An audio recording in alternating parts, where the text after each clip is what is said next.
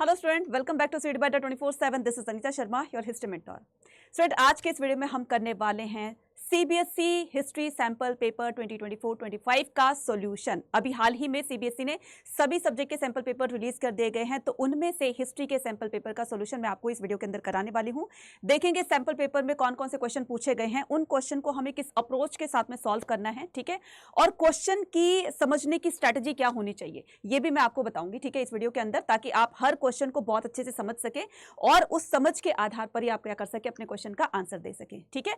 सो इस पूरे sample paper को समझने के लिए वीडियो को लास्ट तक जरूर देखना है, और अगर आप चैनल पर नए हैं तो चैनल को सब्सक्राइब जरूर करना है, क्योंकि इस चैनल पर ना सिर्फ आपको हिस्ट्री के सैंपल पेपर का सॉल्यूशन मिलने वाला है, बल्कि हर सब्जेक्ट के सैंपल पेपर का सॉल्यूशन मिलने वाला है, चाहे वो किसी भी स्ट्रीम से है, साइंस से है, कॉमर्स से है, आर्ट्स से है, हर सब्जेक्ट का सैंपल पेपर का सॉल्यूशन आपको मिलने वाला है। इसलिए चैनल को सब्सक्राइब करना मत भूलिएगा, ठीक है। सो स्टार्ट करते हैं आज का हमारा ये सैंपल पेपर हिस्ट्री का, ठीक है। लेकिन स्टार्ट करने से पहले आपके लिए ब्यूटीफुल सा मोटिवेशनल कोट है। मैदान में हारा हुआ इंसान जीत सकता है, लेकिन एक मन से हारा हुआ इंसान कभी नहीं जीत सकता। इसलिए हमेशा अपने मन को जो है वो हारने मत दीजिए, ठीक है, हमेशा जीत की तरफ लेकर जाइए, और डेफिनेटली आपका यही हौसला, आपकी यही जीत जो है वो आपको आपकी मंजिल की तरफ लेकर जाएगी। तो हम भी अपने मंजिल की तरफ आगे बढ़ते हैं। स्टार्ट करते हैं आज का हमारा मॉक टेस्ट, ठीक है। सो ये है हमारा सॉरी मॉक टेस्ट नहीं, सैंपल पेपर है ना। तो ये है हमारा हिस्ट्री का सैंपल पेपर 2024-25 के लिए।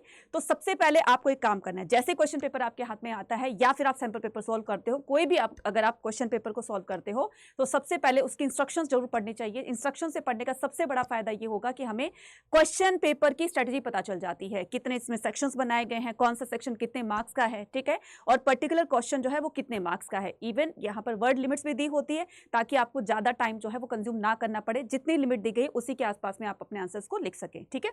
तो यहाँ पर है कि 5 सेक्शन आपके हिस्ट्री के क्वेश्चन पेपर में दिए होंगे, ठीक है। तो ये होंगे आपका ABCDE, ठीक है, और there are 34 question in the question paper. All the questions are compulsory, right. उसके बाद सेक्शन ए में क्वेश्चन नंबर 1 से लेकर के 21 तक are MCQs of 1 mark each, ठीक है। तो सेक्शन ए जो कि होगा आपका MCQ बेस्ड होगा, और ये 21 क्वेश्चन होंगे, तो हर क्वेश्चन कैरी करेगा आपका 1 मार्क्स। उसके बाद हम क्या करेंगे, सेक्शन बी पर चलते हैं। सेक्शन बी में क्या बताया गया है कि 22 से लेकर के 27 ये आपके शॉर्ट टाइप्स क्वेश्चन होंगे। नेक्स्ट आता है आपका सेक्शन सी में, अच्छा, इसमें वर्ड लिमिट भी दी हुई है कि आपको अपना जो आंसर होगा वो 60 से 80 वर्ड्स के बीच में ही लिखना होगा। ज़्यादा लिखोगे तो टाइम वेस्ट करोगे, है ना। तो इसलिए अपनी वर्ड्स लिमिट्स को भी ध्यान में रखना है। और सेक्शन सी में हमारे लॉन्ग आंसर टाइप क्वेश्चन होंगे, जो कि 28 से 30 तक होंगे। 3 क्वेश्चन दिए होंगे, ठीक है। इसमें बच्चा चॉइस भी होती है, ठीक है। तो क्या करेंगे, हर क्वेश्चन कैरी करेगा आपका 8 मार्क्स। उसके बाद में सेक्शन डी होगा। सेक्शन डी में क्या होगा कि ये आपके सोर्स बेस्ड क्वेश्चन होंगे। 3 क्वेश्चन दिए होंगे 31 से लेकर 33 तक, और ये हर क्वेश्चन कैरी करेगा आपका 4 मार्क्स, ठीक है। उसके बाद क्वेश्चन सेक्शन ई जो होगा, क्वेश्चन नंबर 34, ये आपका मैप बेस्ड क्वेश्चन होगा। इसमें आपके 2 क्वेश्चन दिए होंगे, ए और बी पार्ट दिए होंगे, ठीक है। आपको ये दोनों ही पार्ट कंपल्सरी करने हैं, तभी जाकर आपको 5 मार्क्स मिलेंगे मैप बेस्ड क्वेश्चन में, ठीक है। पूरी इंस्ट्रक्शन करने के बाद, ठीक है, आपको ये जो पूरा क्वेश्चन पेपर है वो जो है वो सॉल्व करना होगा आपको 3 आवर्स के अंदर, और मैक्सिमम मार्क्स आपको 80 दिए गए हैं, ठीक है।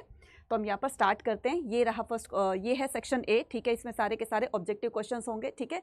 जैसे ये बच्ची नोट कर रही है, ऐसे ही आपको भी नोट करना है, ठीक है ना। तो हम क्या करेंगे, यहाँ पर चलते हैं।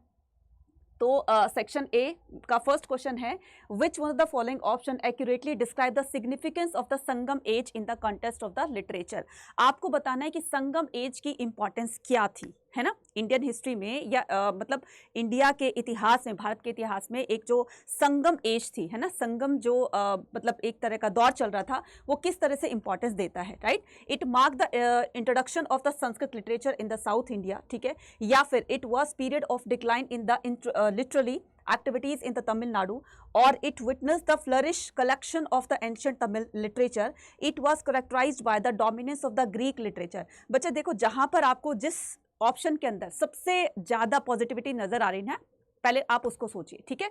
देखो, क्या यहाँ पर आपको एक पॉजिटिविटी नजर आ रही है, it mark the introduction of the Sanskrit literature. तो बच्चा साउथ इंडिया में संस्कृत ना होकर के तमिल हो जाएगी, तो ये स्टेटमेंट आपको, इसको तो एलिमिनेट कर देते, बाहर हो गई।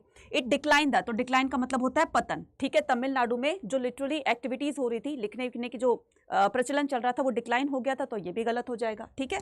उसके बाद it witness the flourishing, flourish का मतलब होता है फलना फूलना, मतलब बहुत तेजी से उसका विकास होता है, ठीक है। तो यहाँ पर देखो, एक विकास, एक फ्लरिश की बात की गई है, ठीक है। और collection of the ancient Tamil literature, तो यही वो दौर था जिसमें तमिल लिटरेचर्स वगैरह को लिखा गया था, है ना, टेक्स्ट बुक्स को। तो हम एक बार इसको सोच सकते हैं, तो इसमें मैं यहाँ पर छोटा सा टिक कर देती हूँ। It was characterize by the dominance. तो बच्चा डोमिनेंस का मतलब होता है किसी चीज का एक तरीके से एकाधिकार होना। तो क्या ग्रीक लिटरेचर का इंडिया पे एकाधिकार हो गया था? तो ये तो गलत हो जाएगी। तो आपका बेस्ट आंसर होगा ये। इस तरह से आपके क्वेश्चन की स्ट्रेटेजी को आपको पकड़ना है, समझना है, ठीक है। नेक्स्ट मूव ऑन करते हैं। नेक्स्ट क्वेश्चन नंबर 2 क्या कहता है? क्वेश्चन नंबर 2 कहता है कि which one of the following dynasties did the Raja Gautamiputra Shri Satakarni belong. ठीक है, ये तो लड्डू सा क्वेश्चन है, राइट। तो गौतमी पुत्र श्री शातकर्णी ये कौन सी डायनेस्टी से बिलोंग करते थे? ये करते थे सातवाहन डायनेस्टी से। नेक्स्ट मूव ऑन करेंगे। तो नेक्स्ट क्या कहता है? नेक्स्ट है आपका असर्शन रीजन का क्वेश्चन। तो मैंने पहले भी बताया था आपको कि असर्शन रीजन को क्वेश्चन को सॉल्व करते टाइम आपको 2 वर्ड यूज करने हैं, ठीक है। कौन कौन से? या तो आप इस पर बिकॉज लगा के सॉल्व कीजिए, ठीक है, या तो आप इसको बिकॉज लगा के सॉल्व कीजिए, या आप इसको सो दैट लगा करके सॉल्व कीजिए, ठीक है, राइट। तो क्योंकि और इसलिए लगाकर सॉल्व कीजिए। अब मैं यहाँ पर स्टेटमेंट पढ़ती हूँ और फिर दोनों को कनेक्ट करने की कोशिश करते हैं इन 2 वर्ड से, राइट। तो recovering artifacts is merely the initial step in the archaeological process. अब रिकवरिंग यानी कि जो पहले हमारे आर्कियोलॉजिस्ट ने जिस तरह से रिसर्च स्टार्ट करी, तो किसके बिहाफ पर करी? जिससे उन्होंने स्टार्ट किया जो जमीन के नीचे से जो भी उनको आर्टिफैक्ट्स मिले, मतलब बहुत सालों पहले, मान लो कि मौर्य एम्पायर के थे, ठीक है, या फिर आप ये लगा लीजिए कि थिंकर्स बिलीव्स और बिल्डिंग के कोई भी टेंपल के प्रूफ हो गए, या कोई भी मॉन्यूमेंट्स हो गया, बिल्डिंग हो गया, या बर्तन हो गए, पॉटरी हो गई, ये हो गई। तो जो जमीन से चीजों को निकाला गया, देन उस पर रिसर्च की गई, तब जाकर के उसकी रिसर्च के बिहाफ पर इंफॉर्मेशन कलेक्ट होती चलेगी और उसको हमारी हिस्ट्री में मेंशन कर दिया गया, ठीक है। तो ये इनिशियल स्टेप था, ठीक है, किसका?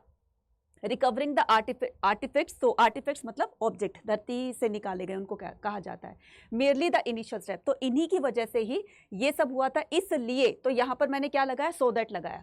सो that archaeology employ the various method such as the classification. इन्हीं के बिहाफ पर, इन्हीं आर्टिफैक्ट्स के बिहाफ पर उन्होंने अलग अलग चीजों को कैटेगराइज कर दिया, ठीक है। मेटल की अलग कर दी, तो मेटल की चीजों को जो है अलग करके क्लासीफाई करके उनको ये पता चला कि ये मेटल की चीजें जो है उस टाइम में यूज होती थी, इसका क्या यूज था, कौन यूज करते थे, तो इन्हीं के बिहाफ पर पता चला, ठीक है। तो आंसर क्या आ जाएगा आपका?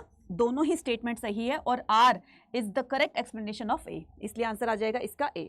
बी के अगर मैं पर्सपेक्टिव से बताऊं कि बी कब ठीक हो सकता है कि दोनों स्टेटमेंट सही होगी, लेकिन ये अलग अलग बातों को बता रही है ना, अलग अलग चीजों को डिफाइन कर रही होंगी दोनों स्टेटमेंट सही, ठीक है, लेकिन ये कोई ए ऊपर वाली तो कुछ कह रही है और नीचे वाली कुछ कह रही है, इसलिए उस सिचुएशन में बी आपका सही होगा।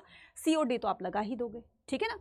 चलिए नेक्स्ट करते हैं कि consider the following statement is regarding the बौद्धिज्म and choose the correct option. अब आपको बौद्धिज्म के रिगार्डिंग आपको करेक्ट स्टेटमेंट बतानी है। The concept of the Bodhisattva. तो बच्चा बोधिसत्व कौन होते हैं? जो बुद्ध के बताए हुए मार्ग पर चलते हैं, जो उनके जो सीनियर पीपल होते हैं, है ना, मतलब बुद्ध के रूपों को ही आप कह सकते हो, राइट। तो ये जो बोधिसत्व है, ये हीनयान, मतलब ये बौद्धिज्म की जो हीनयान ब्रांच थी ना बच्चे, ये उसी का ही सेंट्रल पॉइंट है, ठीक है। Bodhisattva is the compassionate one on his way to enlightenment. और बोधिसत्व वो पर्सन होते हैं जो कि एनलाइनमेंट अटेन करके, मतलब उनकी ज्ञान की जब प्राप्ति हो जाती है तो वो उस ज्ञान को बांटते हैं, है ना। तो Bodhisattva is compassionate one on his way to enlightenment. तो ये कौन होते हैं? वो एनलाइनमेंट यानी कि वो ज्ञान की प्राप्ति कर रहे होते हैं, ठीक है। और उसी ज्ञान को वो अपने लिए नहीं, यहां पर देखो पर्सनल किया गया, तो बच्चा पर्सनल तो वो चीजें अपने से रिलेटेड हो गई ना। तो अगर ज्ञान हमारे तक सीमित है तो उस ज्ञान का कोई फायदा नहीं है जब तक उस ज्ञान को बांटा ना जाए, ठीक है। अब बीइंग अ टीचर, ठीक है, अगर मान लो हम अपनी नॉलेज को यहीं तक सीमित रखते, ठीक है, बाकी मैं अपनी नहीं कह रही हूं, मैं हर टीचर को कह रही हूं, ठीक है, हर टीचर कम्युनिटी को बोल रही हूं मैं। तो यहां पर अगर टीचर अपनी नॉलेज को ट्रांसफर नहीं करता, अपनी नॉलेज को नहीं बांटता, तो ये संसार जो है वो चलता नहीं। तो हम अपनी नॉलेज को एक जनरेशन से दूसरी जनरेशन में ट्रांसफर करते रहते हैं। तो पर्सनल का मतलब वो चीजें सीमित हो जाती है, इसलिए ये जो क्वेश्चन होगा, स्टेटमेंट होगी, वो गलत हो जाएगी, है ना। तो ये एक नेगेटिव इंपैक्ट दे रही है, मतलब एक तरफा इसका जवाब हो गया। तो हमें एक तरफा नहीं करना, जो सभी के लिए कुछ अच्छा पॉजिटिव, ठीक है, जो शो कर रही है, पॉजिटिविटी शो कर रही है, हमें उसको टिक करना है। तब आंसर क्या आ जाएगा आपका? आंसर होगा इसका ए एंड 1 and 2। नेक्स्ट आता है आपके पास मैच द कॉलम 1 को कॉलम 2 के साथ में मैच करना है, ठीक है। So regarding the archaeologist who worked in the exploration in this valley and choose the correct option. तो ये कॉलम 1 है, कॉलम 2 है। तो तो दयाराम साहनी ने क्या किया था? दयाराम साहनी ने, मैम ये तो लड्डू सा क्वेश्चन है, दयाराम साहनी ने हड़प्पा की सील को डिस्कवर किया था, ठीक है। उसके बाद राखलदास बनर्जी ने कब किया था? चलो ये भी बता देती हूँ, 1921 के अंदर। उसके बाद राखलदास बनर्जी ने मोहनजोदारो की सील को डिस्कवर किया था, कब? 1922 में। उसके बाद जॉन मार्शल ने बुक लिखी थी, क्या थी वो? Author the Mohenjodaro and the Indus valley civilization. और R.E.M. विलर का जो रिलेशन है वो है ऑथर्ड, इन्होंने एक बुक लिखी थी एंशंट इंडिया, ठीक है। तो आपका आंसर आ जाएगा ये। हालांकि ये उसमें सैंपल पेपर में ऑप्शन गलत दिए हुए हैं, इसलिए आपको सही ऑप्शन इस तरह से टिक करना है। मैंने 1 और 2 से किया। क्या आपको 1 और 2 कहीं नजर आ रहा है? मैडम कहीं नजर नहीं आ रहा है।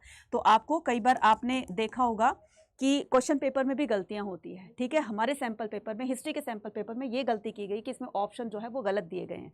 आपको इस तरीके इसको ठीक करना है, ठीक है। अब देखो, ये तो हमारी बिल्कुल एनसीईआरटी में दिया है कि दयाराम साहनी ने क्या किया था? हड़प्पा की सील को डिस्कवर किया था, जबकि इसमें ये है ही नहीं, है ना। तो हम इसको कैसे टिक कर सकते हैं? नहीं ना। तो आपको सही लगता है जो एनसीईआरटी में लिखा है, आपको उसी को सही करना है, और ये एनसीईआरटी के अकॉर्डिंग ही मैंने मैच किया है। तो मैंने क्या किया, मैंने आपको सही ऑप्शन बता देती हूँ। तो मैंने क्या किया, मैंने किया A को 2 से मैच किया, ठीक है। A को 2 से मैच किया, B को 3 से मैच किया, ठीक है। B को मैंने 3 से मैच किया। उसके बाद मैंने C को किससे मैच किया? C को 1 से मैच किया, और D को आ जाएगा आपको 4 से, ठीक है। तो 3 2 3 1 4 ये है ही नहीं, 2 3 1 4 है ही नहीं, ठीक है। तो आपको ये ऑप्शन जो है वो नहीं देखने, ये ऑप्शन आपका करेक्ट होगा। चाहो तो आप इसको अपनी एनसीईआरटी से भी मैच कर सकते हो, ठीक है। चलिए नेक्स्ट मूव ऑन करते हैं। Identify the ruler of the ancient India with the help of the following information. तो आपको करेक्ट इन्फॉर्मेशन बतानी है। आइडेंटिफाई द रूलर, उस रूलर का नाम बताना है जिसको इंडिकेट किया गया, एक तरह से इशारा किया गया, तो उसको पहचान कर आपको आंसर देना है, ठीक है। तो ही वॉज द प्रोमिनेंट शक रूलर। पहली बात तो ये, जो तू टिकटॉक नहीं, पहली बात तो ये कि वो शक रूलर थे, ठीक है। और दूसरी बात ये कि उन्होंने सुदर्शन लेक को रिबिल्ड करवाया था, ठीक है। सुदर्शन लेक को क्या करवाया था? उन्होंने रिबिल्ड करवाया था 2nd सेंचुरी के अंदर। और तीसरी बात ये, क्या? He showed his the engagement in the सांस्कृतिक ट्रेडिशन, और उन्होंने सांस्कृतिक ट्रेडिशन को आगे बढ़ाने में भी बहुत अपना कंट्रीब्यूशन दिया था, है ना। तो ये कौन से रूलर की बात की गई है? चलो हमने एक घड़ी मान लेते हैं कि चलो हमें ये नहीं आता, लेकिन ये तो सभी बच्चों को पता होगा कि सुदर्शन लेक को रीबिल्ड किसने कराया? मैडम ये तो रुद्रदमन ने कराया था, जो कि बिल्कुल सही है। तो इसका जो करेक्ट आंसर हो जाएगा वो होगा डी। नेक्स्ट, अब आपको ये पिक्चर आइडेंटिफाई करके बतानी है कि ये पिक्चर कहाँ से ली गई है। Identify which one of the following option refers to the ancient cave, the painting given below. Ajanta caves और बाग cave paintings और the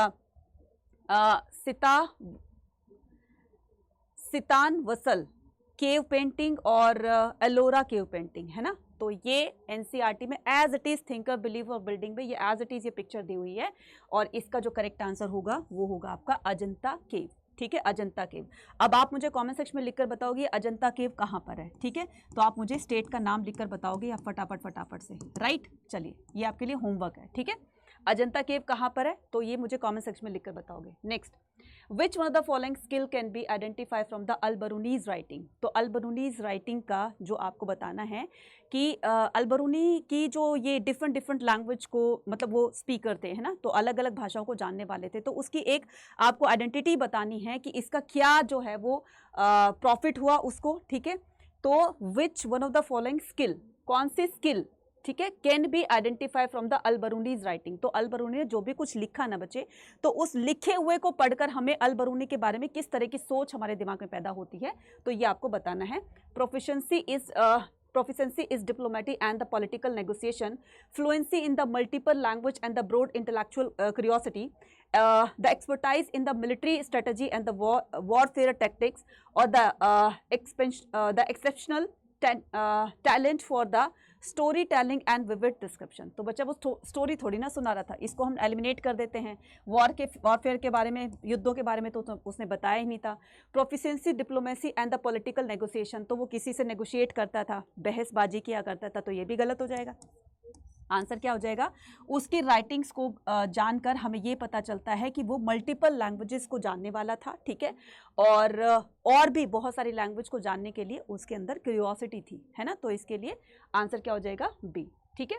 which one of the following statement is incorrect about the Andal. Andal कौन थी बच्चा? अंडाल जो थी ये अल्वराज समुदाय की क्या थी? एक फीमेल संत थी, है ना, जो कि भगवान विष्णु की डिवोटी कहलाती थी, है ना।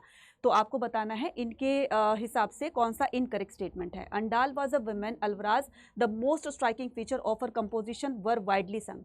उस टाइम में भी इनके गाए हुए लिखे हुए भजन तब भी मंदिरों में सिंग किए जाते थे और आज भी किए जाते हैं ना। तब से आज तक उनके गाए हुए भजन या लिखे हुए भजन जो है गाए जा रहे हैं। Andal was a women Alvars, तो बच्चे यहाँ पर देखो Andal was a women of Alvars और यहाँ पर Andal was a women of Nayanars, तो गलती तो यहाँ पर पकड़ ली ना हमने, तो इसका मतलब ये हमारी स्टेटमेंट गलत है, ठीक है। लेकिन अभी हम कंक्लूजन नहीं निकाल रहे हैं, थोड़ा सा हम इसको पढ़कर फिर हम अपना फाइनल आंसर देंगे। She incorporated the prevailing caste system in the society. Andal saw herself as the beloved of the Vishnu. Her verses express her love for the deity. और Andal saw her as the beloved of Krishna. Her verses, तो बच्चा अंडाल कृष्णा की devotee थोड़ी ना थी, तो ये भी गलत हो जाएगा। अंडाल saw, अपने आप को वो देखते कि वो लॉर्ड विष्णु की बिलव्ड हैं, ठीक है, प्रेयसी हैं, ठीक है। Her verses express her love for the deity, तो उनका जो एक भक्ति का था तो वो मीरा की तरह थी, नहीं ना, गलत हो जाएगी ये तो आंसर क्या आ जाएगा? आंसर होगा हमारा बी। नेक्स्ट होगा इमेजिन यू आर। अब देखो इस तरह के क्वेश्चंस भी दे जाएंगे। क्या बताया था मैंने कि आपके इस बार क्लास 12th में कॉम्पिटेंसी बेस्ड जो क्वेश्चन होंगे वो इंक्रीज कर दिए, 40% से 50% कर दिए हैं। इन कॉम्पिटेंसी बेस्ड के अंदर आपके हर तरह के क्वेश्चन पूछे जाएंगे आपसे, ठीक है। तो आपकी अंडरस्टैंडिंग को चेक करने के लिए कि आप पर्टिकुलर एक प्रॉब्लम को कितनी तरह से सॉल्व कर सकते हैं और कैसे कर सकते हैं, इस तरह के क्वेश्चन भी पूछे जाएंगे। अब ये उसी तरह का एक एग्जाम्पल है कि imagine you are analyzing historical document from the Vijayanagara empire, ठीक है, कि जो है आपको एक विजयनगर एम्पायर पर एक डॉक्यूमेंट्री मतलब आपको बनानी है, ठीक है।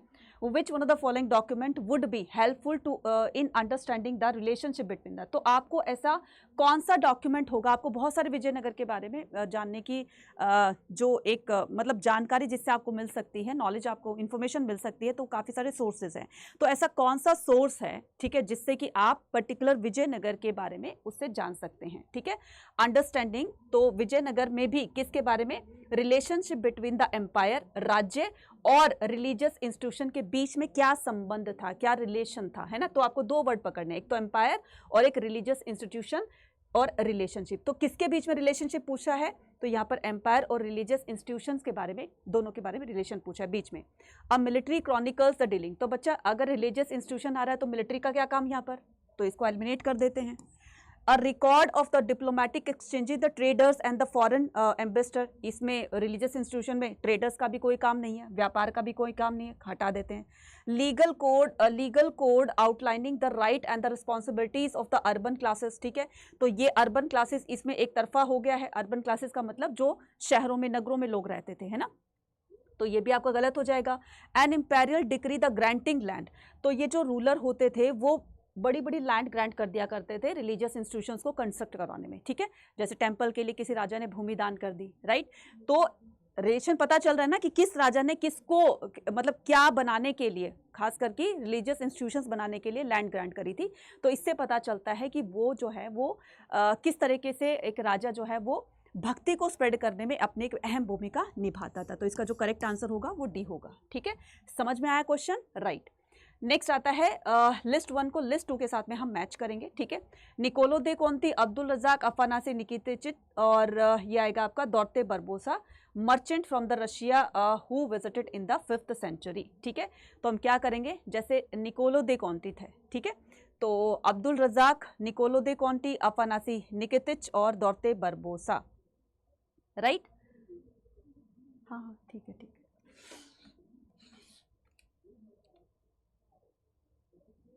एक सेकंड रुकिएगा,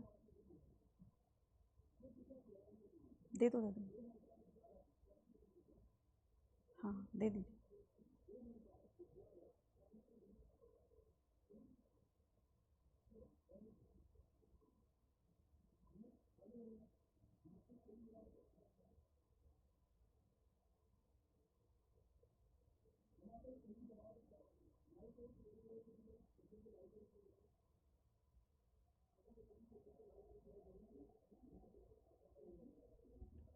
चलो, निकोलो दे कोंती, तो बच्चे ये कौन थे? ये एक कौन थे? ये एक इटालियन ट्रेडर थे who visited in the 15th century. तो ये इंडिया में आए थे कब? ये इंडिया में आए थे 15th सेंचुरी में, और ये एक इटालियन ट्रेडर थे, राइट। उसके बाद आ जाएगा आपका अब्दुल रजाक। तो अब्दुल रजाक कौन थे? अब्दुल रजाक जो है एम्बेसडर थे पर्शिया के, जो कि 15th सेंचुरी के अंदर इंडिया में आए थे, ठीक है। उसके बाद अफानासी निकितिच, अफानासी निकितिच जो है वो एक कौन थे? वो बच्चा एक मर्चेंट थे, है ना। तो मैं इसको यहां से मैच कर रही हूँ। वो कौन थे? वो एक मर्चेंट थे रशिया के, ठीक है, जो कि 15th सेंचुरी में इंडिया आए थे। और बचा क्या? दौरते बरबोसा। तो दौरते बरबोसा कौन थे? ये एक पोर्तुगीज ट्रैवलर थे who visited in India in 16th century, ठीक है। सो हमने क्या किया? हमने 1 को 2 से मैच किया और 2 को 1 से, 1 को 2, 2 को 1, है ना। 1 को 2, 2 को 1, और ये हो गया। तो आपका आंसर आ जाएगा D is the correct answer. Next आता है आपके पास, which one of the following development significantly contributed to the increase flow of silver bullion into India through trade with the Europe during the 16 to 18 century. तो which one of the following development significantly, तो इनमें से ऐसा कौन सा option है जो ये बताता है कि इंडिया के अंदर 6 से लेकर के 18 सेंचुरी के बीच में ये जो फ्लो, सिल्वर का जो फ्लो था, वो किस तरीके से डेवलप होता है या किस तरीके से आता है, ठीक है। तो rise of the Ottoman empire in the Asia, ठीक है, in Asia, the opening of the new world through the voyages, और the Ming dynasties, expansion of the south east Asia, और the decline of the Safavid empire in Asia. अब देखो यहां से question को पकड़ने का एक तरीका देखो। यहाँ पर क्या कह रहा है? ये कह रहा है कि 16 to 18 सेंचुरी में, ठीक है, इंडिया यूरोप के साथ में ट्रेड किया करता था, है ना, जिसकी वजह से सिल्वर जो था वो इंडिया में बहुत सारा था। इसी की वजह से मुगलों ने क्या किया था? सिल्वर कॉइन्स को इंट्रोड्यूस किया था, क्योंकि सिल्वर बहुत ज्यादा हो गया था। इंडिया के अंदर एग्रीकल्चर प्रोडक्शन बहुत ज्यादा होता था, तो इंडिया से जो एग्रीकल्चर प्रोडक्शन होता था, सरप्लस ग्रेन होता था, उसको बाहर एक्सपोर्ट किया जाता था, जिससे कि वो लोग जो है हमें क्या देते थे? सिल्वर देते थे। तो इंडिया के पास काफी सारा, ना सिर्फ मैं एग्रीकल्चर प्रोडक्शन की बात कर रही हूँ, तो बहुत सारी ऐसी चीजें थी जो इंडिया से बाहर जाती थी और बदले में इनको सिल्वर दिया करते थे। ये बात समझ में आ गई? अब इससे जो है एक तरीके से आपको ये बताना है इस क्वेश्चन के अंदर कि ट्रेडिंग के पर्पस से अगर हम सोचें कि इंडिया का फ्लो सिल्वर जो है वो यूरोप के साथ ट्रेड करने पर बढ़ा, तो बच्चे इसका एक तरीका जो था वो क्या था, है ना, किस तरह से यूरोप की कंट्रीज के साथ में इंडिया का ट्रेडिंग बढ़ा, ठीक है। तो ये आप देखते हो ना कि पहले सी ट्रैवलिंग किया करते थे ना, सी वोयाजेस के थ्रू न्यू कंट्रीज को डिस्कवर किया गया था, नई नई कंट्री का पता लगाया गया था, जिससे कि वो उस कंट्री से ट्रेड कर सके, है ना, उसमें किस तरह का हम प्रॉफिट गेन कर सकते हैं, वहां से कौन सी चीज ला सकते हैं, वहां पर कौन सी चीज सेल कर सकते हैं। तो ये न्यू वर्ल्ड की डिस्कवरीज के साथ में ये ट्रेड इंडिया के साथ में यूरोपियन कंट्री का बढ़ जाता है, ठीक है। Rise of the Ottoman empire in Asia नहीं होगा। The opening of the new world of the through the voyages बिल्कुल होगा। The Ming dynasty expansion of the south east Asia नहीं होगा।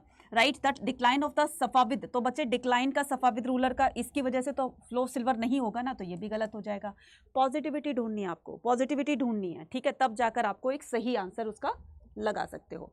How did the compilation of the Ain-e Akbari contribute to emperor's Akbar vision of the governance, ठीक है। आपको compilation किसको बोलते हैं? बुक को कंपाइल करना, मतलब लिखना, ठीक है।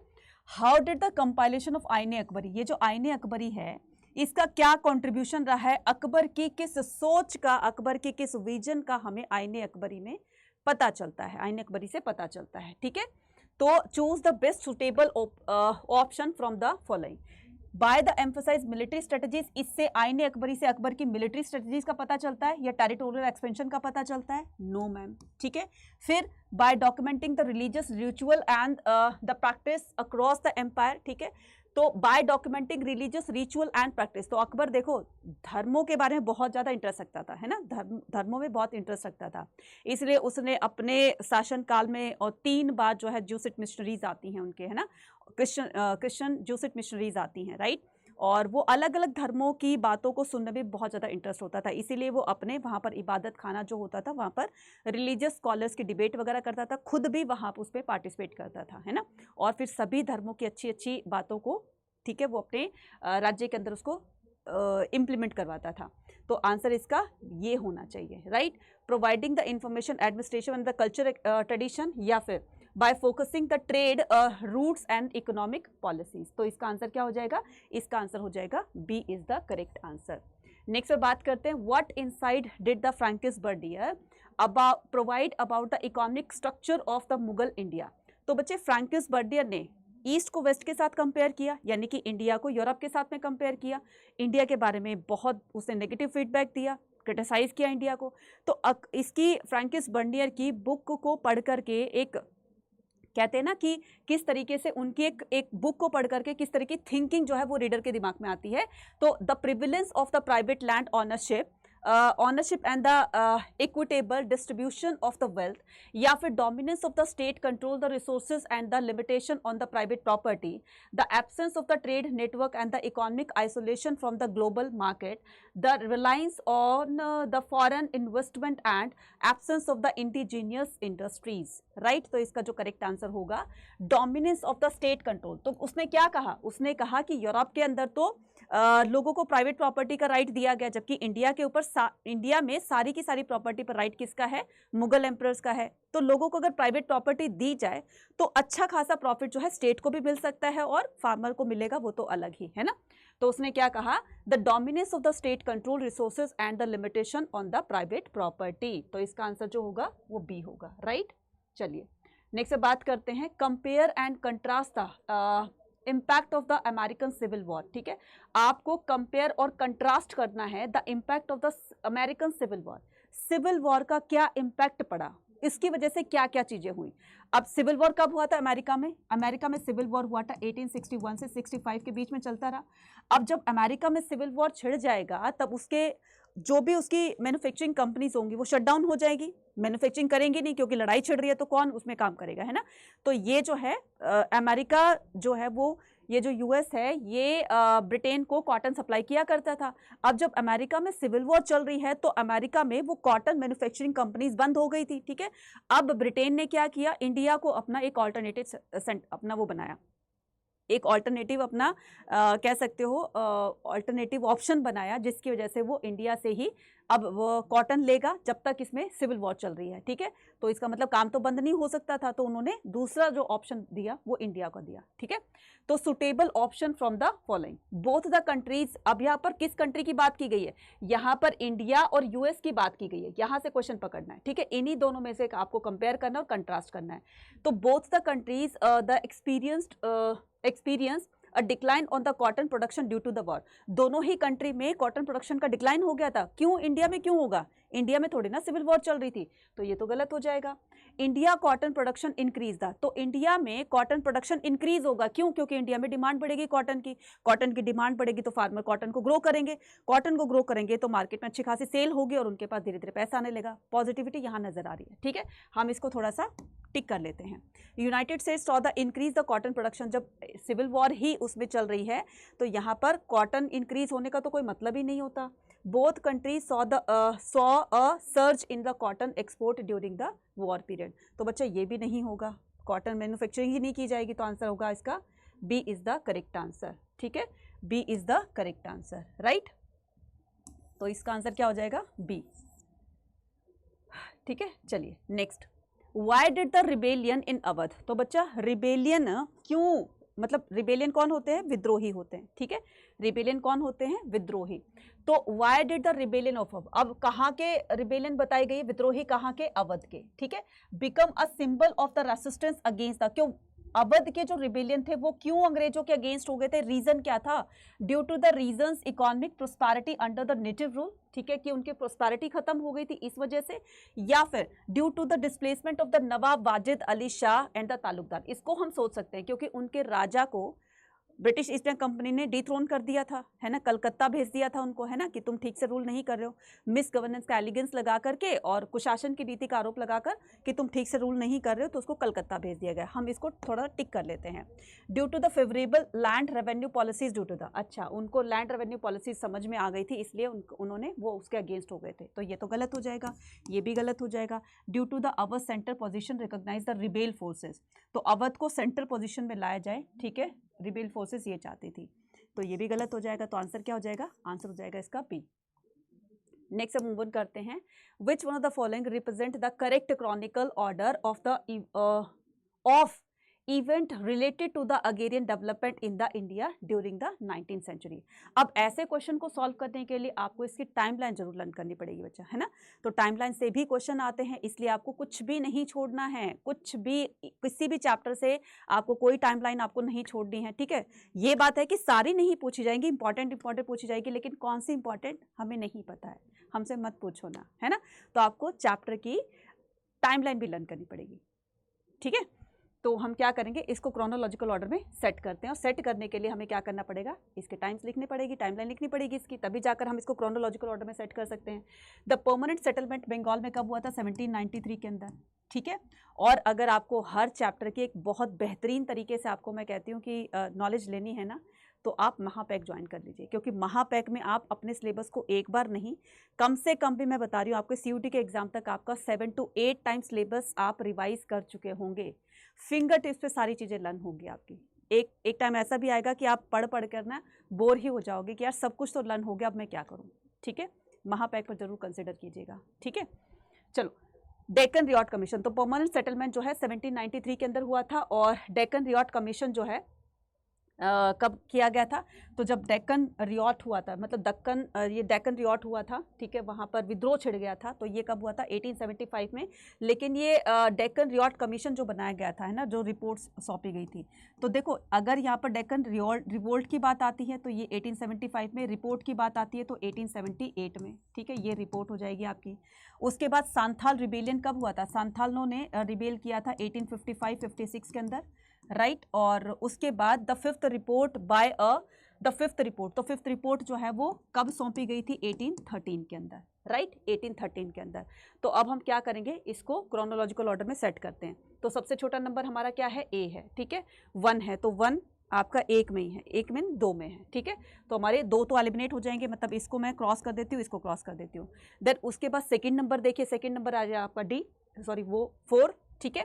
तो 1 के बाद 4 आएगा, 1 के बाद 4 मैडम यहाँ पर है, और फिर आएगा क्या, 1 के बाद 4 हाँ, तो 1 के बाद 4, देन उसके बाद आएगा आपका 3, ठीक है, और फिर आ जाएगा आपका 4। तो आंसर क्या आ जाएगा, आंसर आ गया आपका D is the correct answer. ऐसे क्वेश्चन को पकड़ना है, इस तरह से उसको अरेंज करना है, ठीक है। So which one of the following was the Gandhi ji's main demand for the peasant in Champaran. Champaran में गांधी जी ने सत्याग्रह मूवमेंट जो लॉन्च किया था, उसमें पीजेंट्स की मेन डिमांड क्या थी, उसमें पीजेंट्स की मेन डिमांड थी कि हमें अपने तरीके से कल्टीवेशन करने दी जाए। तो ब्रिटिशर्स ने क्या किया था, सिर्फ और सिर्फ तुम्हें इंडिगो की कल्टीवेशन करनी है, इसके अलावा तुम अपनी मर्जी से कोई कल्टीवेशन नहीं कर सकते हो। तो लोगों को बड़ी परेशानी हो रही थी कि वो अपने लिए तो कुछ कर ही नहीं पा रहे थे, इसलिए उन्होंने गांधी जी से अपील करी, और गांधी जी ने उनकी अपील को सुनकर ये चंपारण में सत्याग्रह मूवमेंट जो है वो लॉन्च किया था। तो इंक्रीज द मिनिमम वेजेस, तो मिनिमम वेजेस का रिलेशन कौन से उससे है, तो मैं ये भी बता देती हूँ, increase in minimum wages of the worker. तो बच्चे ये अहमदाबाद मिल वर्कर्स में इस तरह का कंसेप्ट रखा गया था, ठीक है। तो ये जो है अहमदाबाद है ना, अहमदाबाद मिल वर्कर्स जो सत्याग्रह मूवमेंट चलाया गया था, ठीक है, मिल वर्कर्स के लिए, तो ये जो डिमांड थी ये वहाँ पर रखी गई थी, freedom to cultivate the crops their choice. तो ये आपका चंपारण मूवमेंट, और चंपारण मूवमेंट कब हुआ था, 1917 में। उसके बाद आपका reduction in the government taxes for the social classes, ठीक है। तो यहाँ पर टैक्सेस ये कौन से उसमें है, ये आपके खेड़ा मूवमेंट में है, ठीक है, ये आपके खेड़ा मूवमेंट के अंदर है, राइट। तो खेड़ा मूवमेंट कब हुआ था, 1918 में, और ये भी 1918 में हुआ था, ठीक है बच्चा। और Indian education for all the farmers children, ये तो गलती हो जाएगा, वैसे ये तो बाहर हो गया है ना। तो इसका जो करेक्ट आंसर होगा वो होगा आपका B, ठीक है। Next, complete the following with the correct. मजा आ रहा है ना, ऐसे क्वेश्चन सॉल्व करने हैं, ठीक है। तो यहाँ पर बात करनी है आपको क्या कि complete the following with the correct option regarding the role of the leaders, ठीक है, in the history of the nationalism in their respective countries. तो देखो बच्चे, हर एक कंट्री की ना अपनी एक हिस्ट्री है, वो पहले उन पर किसने रूल किया, किस तरीके से अपने आप को उन्होंने फ्री किया। तो कोई ना कोई पर्टिकुलर पॉलिटिकल लीडर ऐसा हुआ होगा उस कंट्री के अंदर जिसने अपने इस फ्रीडम स्ट्रगल में बहुत बड़ा कंट्रीब्यूशन दिया। तो एग्जाम्पल के तौर पर बताया गया है कि हो चिन मिन कहाँ से थे, वियतनाम से। वियतनाम को फ्री कराने में हो चिन मिन ने बहुत बड़ा कंट्रीब्यूशन दिया था अपना। ऐसे ही जॉर्ज वॉशिंगटन थे, तो ये कहाँ के थे, है ना, ये कहाँ के थे। तो मैडम ये तो बहुत ही ईजी सा है, तो ये कहाँ के थे, ये यूएस के थे। इसी तरीके से इंडिया के अंदर महात्मा गांधी थे, है ना। तो इस तरीके से आंसर करोगे। Identify the ruler of India in 1850s from the given option using the provide information. तो आपको बताना है कि identify the ruler of India 1850s from the given option using provided the information. Nana Saheb, ठीक है। और क्या आ जाएगा आपका, identify the ruler of the 1850s। Question में गलती कहाँ हुई है,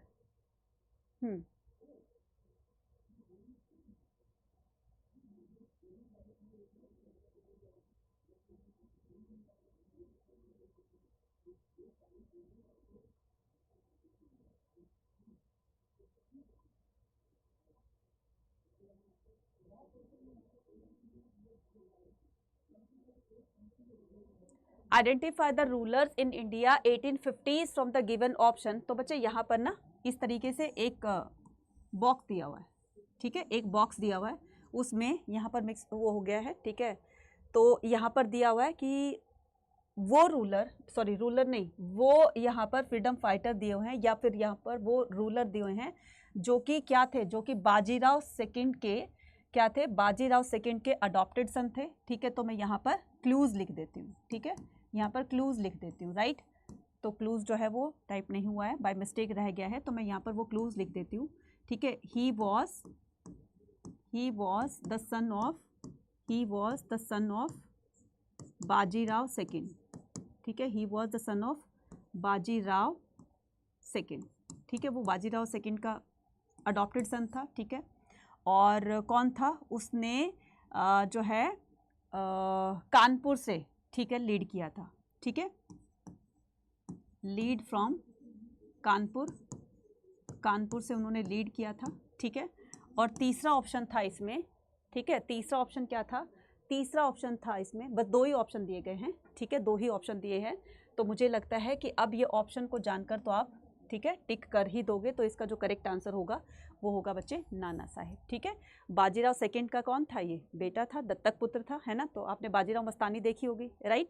और कानपुर से ये लीड कर रहे थे, ठीक है, लीड फ्रॉम कानपुर, ठीक है। तो आंसर क्या आ जाएगा, ए। नेक्स्ट आता है, which one of the following were the key ideas associated with the social struggle in India since the 19th century. तो बच्चे ये जो सोशल स्ट्रगल चल रहा था, ठीक है, मतलब हमें जो है ये चीज़ चाहिए, ठीक है, ब्रिटिशर्स हमें इन चीज़ों की हम डिमांड कर रहे थे, ठीक है। किन किन चीज़ों की डिमांड कर रहे थे, तो ये ऑटोनॉमी का मतलब है कि मतलब खुद का राज, autonomy, hierarchy and the traditionalism, democracy, equality and justice, imperialism, colonialism and the bureaucracy, और the monarchy, privileges and the conservatism. Which one of the following were the key ideas. तो बच्चे की आइडियाज कौन से होंगे इसमें, associated with the social struggle in India. तो जब हमारा ये सामाजिक ये जो चल रहा था, विद्रोह चल रहा था, है ना, ब्रिटिशर्स के अगेंस्ट, तो इसमें हम लोगों की डिमांड क्या थी, हमारे फ्रीडम फाइटर्स की डिमांड क्या थी, लोगों की डिमांड क्या थी जो इस मूवमेंट में पार्टिसिपेट कर रहे थे। तो हमें चाहिए थी डेमोक्रेसी, ठीक है, हमें चाहिए थी इक्वालिटी, और हमें चाहिए थे जस्टिस। न सिर्फ मैं इंडिया की बात कर रही हूँ, बल्कि आप हर कंट्री में लगा लीजिए कि जो भी कंट्री में इस तरह का रिवोल्ट हुआ या रिबेल हुआ या मूवमेंट्स वगैरह चले, तो उसमें बेसिक डिमांड यही थी लोगों की, है ना, कि हमें जस्टिस चाहिए, हमें फ्रीडम चाहिए, हमें इक्वालिटी चाहिए। और यही 3 चीज़ें जिस गवर्नमेंट ने मान लेते हैं, तो वो उस गवर्नमेंट की जो मतलब एक तरीके से उसका जो टाइम पीरियड होता है वो ठीक ठाक से निकल जाता है। अगर कुछ भी अगर लोगों के अगेंस्ट उसने किया तो लोग उसको हटा भी सकते हैं, है ना। तो इस तरह की डिमांड जो थी वो चल रही थी। नेक्स्ट, अब आगे हमारा 21 क्वेश्चन हमने कर लिए, मतलब हमारे 21 नंबर तो हो गए पक्के, डनाडन डन हो गए, ठीक है, डनाडन डन। अब हम क्या करते हैं, सेकंड पर आते हैं, ठीक है। तो हमारा आ गया अब सेक्शन बी आ गया। अब इसमें आपको 6 क्वेश्चन दिए होंगे, हर क्वेश्चन कैरी करेगा 3 मार्क्स, और यहाँ पर हम 18 मार्क्स पक्के करने वाले हैं, ठीक है। अच्छा, इसकी वर्ड लिमिट भी दी होगी, आपको पता ही होगा, 60 to 80 वर्ड्स में ही आपको लिखना है, ज़्यादा लिखोगे टाइम वेस्ट करोगे, इसलिए टू द पॉइंट लिखना है। अगर 3 मार्क्स का है तो उसमें ज़्यादा से ज़्यादा आप 4 से 5 पॉइंट लिख सकते हो, 4 पॉइंट लिख दो, खत्म कहानी, ठीक है, फुल मार्क्स मिल जाएंगे, कोई दिक्कत वाली बात नहीं है, ठीक है। तो यहाँ पर आपको जो है कुछ क्वेश्चन में बहुत बहुत ज़्यादा पॉइंट दिए, इसमें से जो भी मैं आपको सारी बात बताऊंगी, ठीक है, सारे पॉइंट्स बताऊंगी, जो भी आपको 3 इजी लगे, 4 इजी लगे, आप उसको लिख दीजिएगा, ठीक है। फर्स्ट क्वेश्चन आपके सामने है कि ए क्या कहता है, इसमें 2 क्वेश्चन दिए हैं और दिया है ना, तो या तो आप ऊपर अच्छी तरीके से ये कर लीजिए या फिर आप ये कर लीजिए। Analyze the layout of the Harappan city to identify the feature that promoted the cleanliness and the public health, ठीक है। Analyze the layout of the Harappan city, Harappa के लोग किस तरीके से क्लीनिनेस पर ध्यान रखते थे, साफ सफाई पर बहुत ध्यान रखते थे, है ना।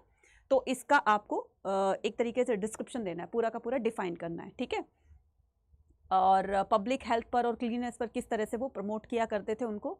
Examine the challenge historians face the deciphering of the Harappa script, तो या तो ऊपर वाला कीजिए या नीचे वाला कीजिए, मैं आपको दोनों कराऊंगी, दोनों में से जो आपको इजी लगता है वो कर लीजिएगा।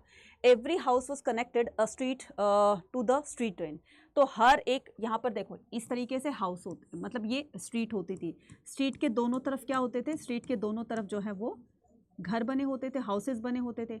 हाउसेस की एक वॉल जो है वो यहाँ पर स्ट्रीट के साथ में लगी होगी, ठीक है, और इसी स्ट्रीट की वॉल के साथ में ही, ठीक है, हाउस के साथ में जो दीवार बनी होती थी, जिसकी एक दीवार गली के साथ में लगी होगी, और उसी के साथ साथ में ये ड्रेन बनाए जाते थे, नालियाँ बनाई जाती थी, और ताकि आने जाने वालों को भी प्रॉब्लम ना हो और घर का वेस्ट वाटर जो है इनके थ्रू निकल जाया करता था और जाकर मेन हॉल में मिल जाता था।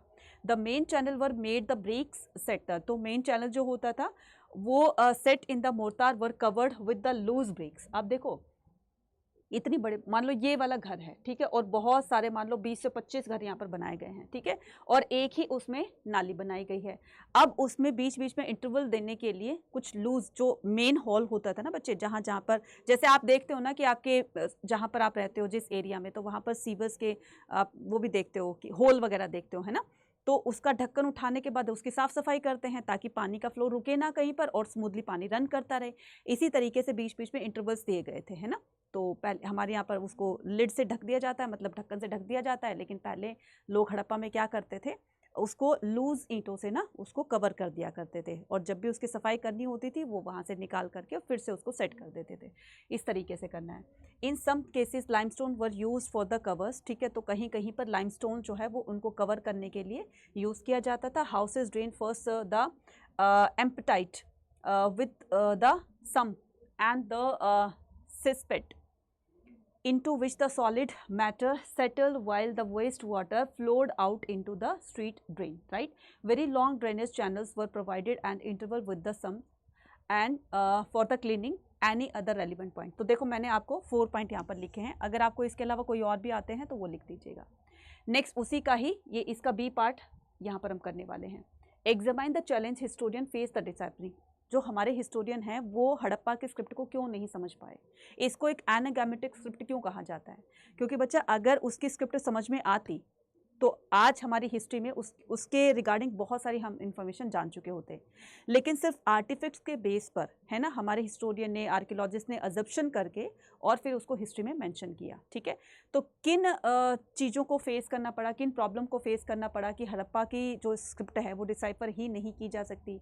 Historian have called the Harappa script as enigmatic, क्योंकि समझी ही नहीं गई। अब उस पर वो पिक्टोग्राफ होती थी, है ना, पिक्टोरियल उसकी स्क्रिप्ट होती थी, कोई भी पिक्चर बना देते थे। अब ये मतलब हमें नहीं पता है, हमें तो ये पता है कि आज के टाइम में हम इसको आर जानते हैं, ठीक है। अब ये बताओ ये क्या है ये, ठीक है, या फिर एक टेरिकोटा बुल सील पर दिखाया गया है, ठीक है, जो कि जो अनपढ़ लोग होते थे उस सील को देख करके पता लगा लेते थे कि इसका मतलब ये होता है। हमें क्या पता कि वो क्या मतलब उसका निकालते थे, और बहुत ही छोटे छोटे साइन पाए गए थे, ठीक है। हमें जो है इंस्क्रिप्शन पर हमें 375 से लेकर 400 साइन मिले हैं, और वो इतने छोटे होते थे बच्चा, ठीक से वो पहचान में भी नहीं आते थे ना।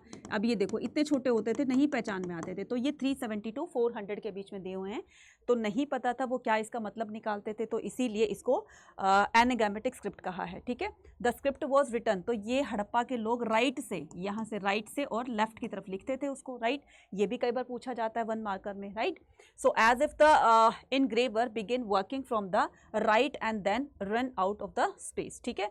एनी अदर रेलिवेंट पॉइंट, तो मैंने आपको 5 पॉइंट बता दिए हैं। तो इसके अलावा अगर कोई और आता है तो any 3 point to be explain, ठीक है, कोई भी 3 पॉइंट आपको इसमें एक्सप्लेन करना है, डेफिनेटली गारंटी से कह रही हूँ आपको फुल मार्क्स मिल जाएंगे।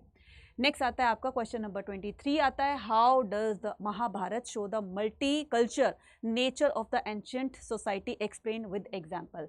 महाभारत में जो है इंडिया के कल्चर को मल्टी कल्चर बताया गया है, क्यों, क्या रीज़न था ऐसा, है ना।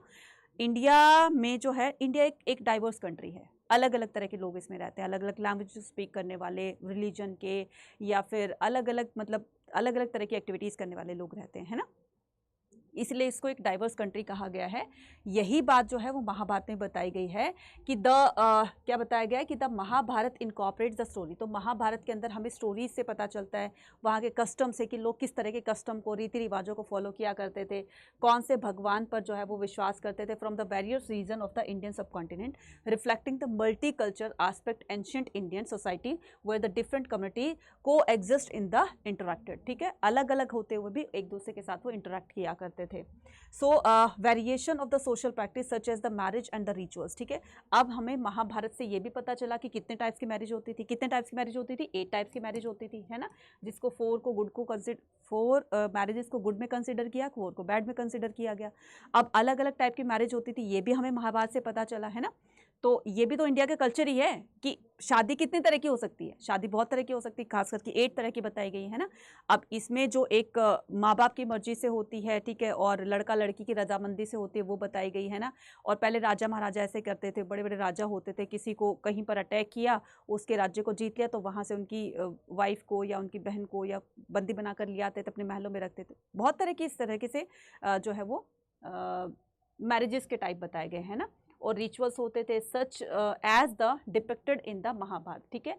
Highlight the dynamic nature of the Indian society like the polyandry, तो इसमें पॉलीएंड्री भी बताई गई है। तो अलग अलग तरह की शादी से अलग अलग तरह का इम्पैक्ट जो है वो बताया गया है, जैसे पॉलीएंड्री है, ठीक है। मैंने बताया ना कि राजा लोग क्या होते थे, कहीं पर किसी पर राज्य पर अटैक करके किसी को अपने साथ उनकी बहन बेटियों को ले आते थे, है ना। इसी तरीके से जो पॉलीएंड्री, पॉलीगैमी, एक्सोगैमी, एंडोगैमी है ना, तो वो शादी के ही टाइप बताए गए हैं, ठीक है। Dynamic nature of the Indian society, polyandry का क्या मतलब होता है बच्चे, पॉलीएंड्री में क्या होता है, 1 वुमेन होती है, ठीक है, a women having several husband, ठीक है। पॉलीएंड्री का क्या मतलब होता है, पॉलीएंड्री का मतलब होता है a women having several husband, ठीक है। इसी तरीके से पॉलीगैमी, इसमें a man having several wives, ठीक है, जिसकी एक से अधिक पत्नियां होती थी। अब इसमें एग्जाम्पल दे सकते हो द्रौपदी, ठीक है, द्रौपदी लगा सकते हो। और इसमें एग्जाम्पल दे सकते हो आप राजा दशरथ, कितनी रानियां थी, 3, राजा दशरथ, या फिर सातवाहन डायनेस्टी के रूलर्स का भी आप एग्जाम्पल दे सकते हो। इसी तरीके से एक्सोगैमी होता था, एक्सोगैमी का मतलब क्या होता है, आउटसाइड ऑफ द यूनिट, ठीक है, आउटसाइड ऑफ द यूनिट, यानी कि यूनिट से की गई बाहर शादी को क्या कहा जाता है, एक्सोगैमी कहा जाता है, ठीक है, जैसे कि आप लव मैरिज कह सकते हो, ठीक है। और एंडोगैमी का मतलब होता है आपका with in the unit, unit के अंदर की गई शादी को क्या कहा जाता है, फॉर एग्जाम्पल अरेंज मैरिज, रिश्तेदारों के रिश्तेदारों के रिश्तेदारों के, ठीक है तो वो एक ही फैमिली के ना, कहीं रिश्तेदारों के रिश्तेदार कोई हो गया तो उसको क्या कहा जाता है, उसको एक्सोगैमी। और जैसे आप मुस्लिम कम्युनिटी में देखते होंगे कि उनके कजन्स के साथ उनकी शादी हो जाती है, तो वो विद इन द यूनिट होता है, ठीक है। तो ये आ जाएगा। नेक्स्ट हम मूव ऑन करेंगे द एपिक। इसके अलावा यहाँ पर मैंने आपको कोई भी 3 पॉइंट लिखने हैं, तो मैंने तो आपको 6 बता दिए हैं, ठीक है।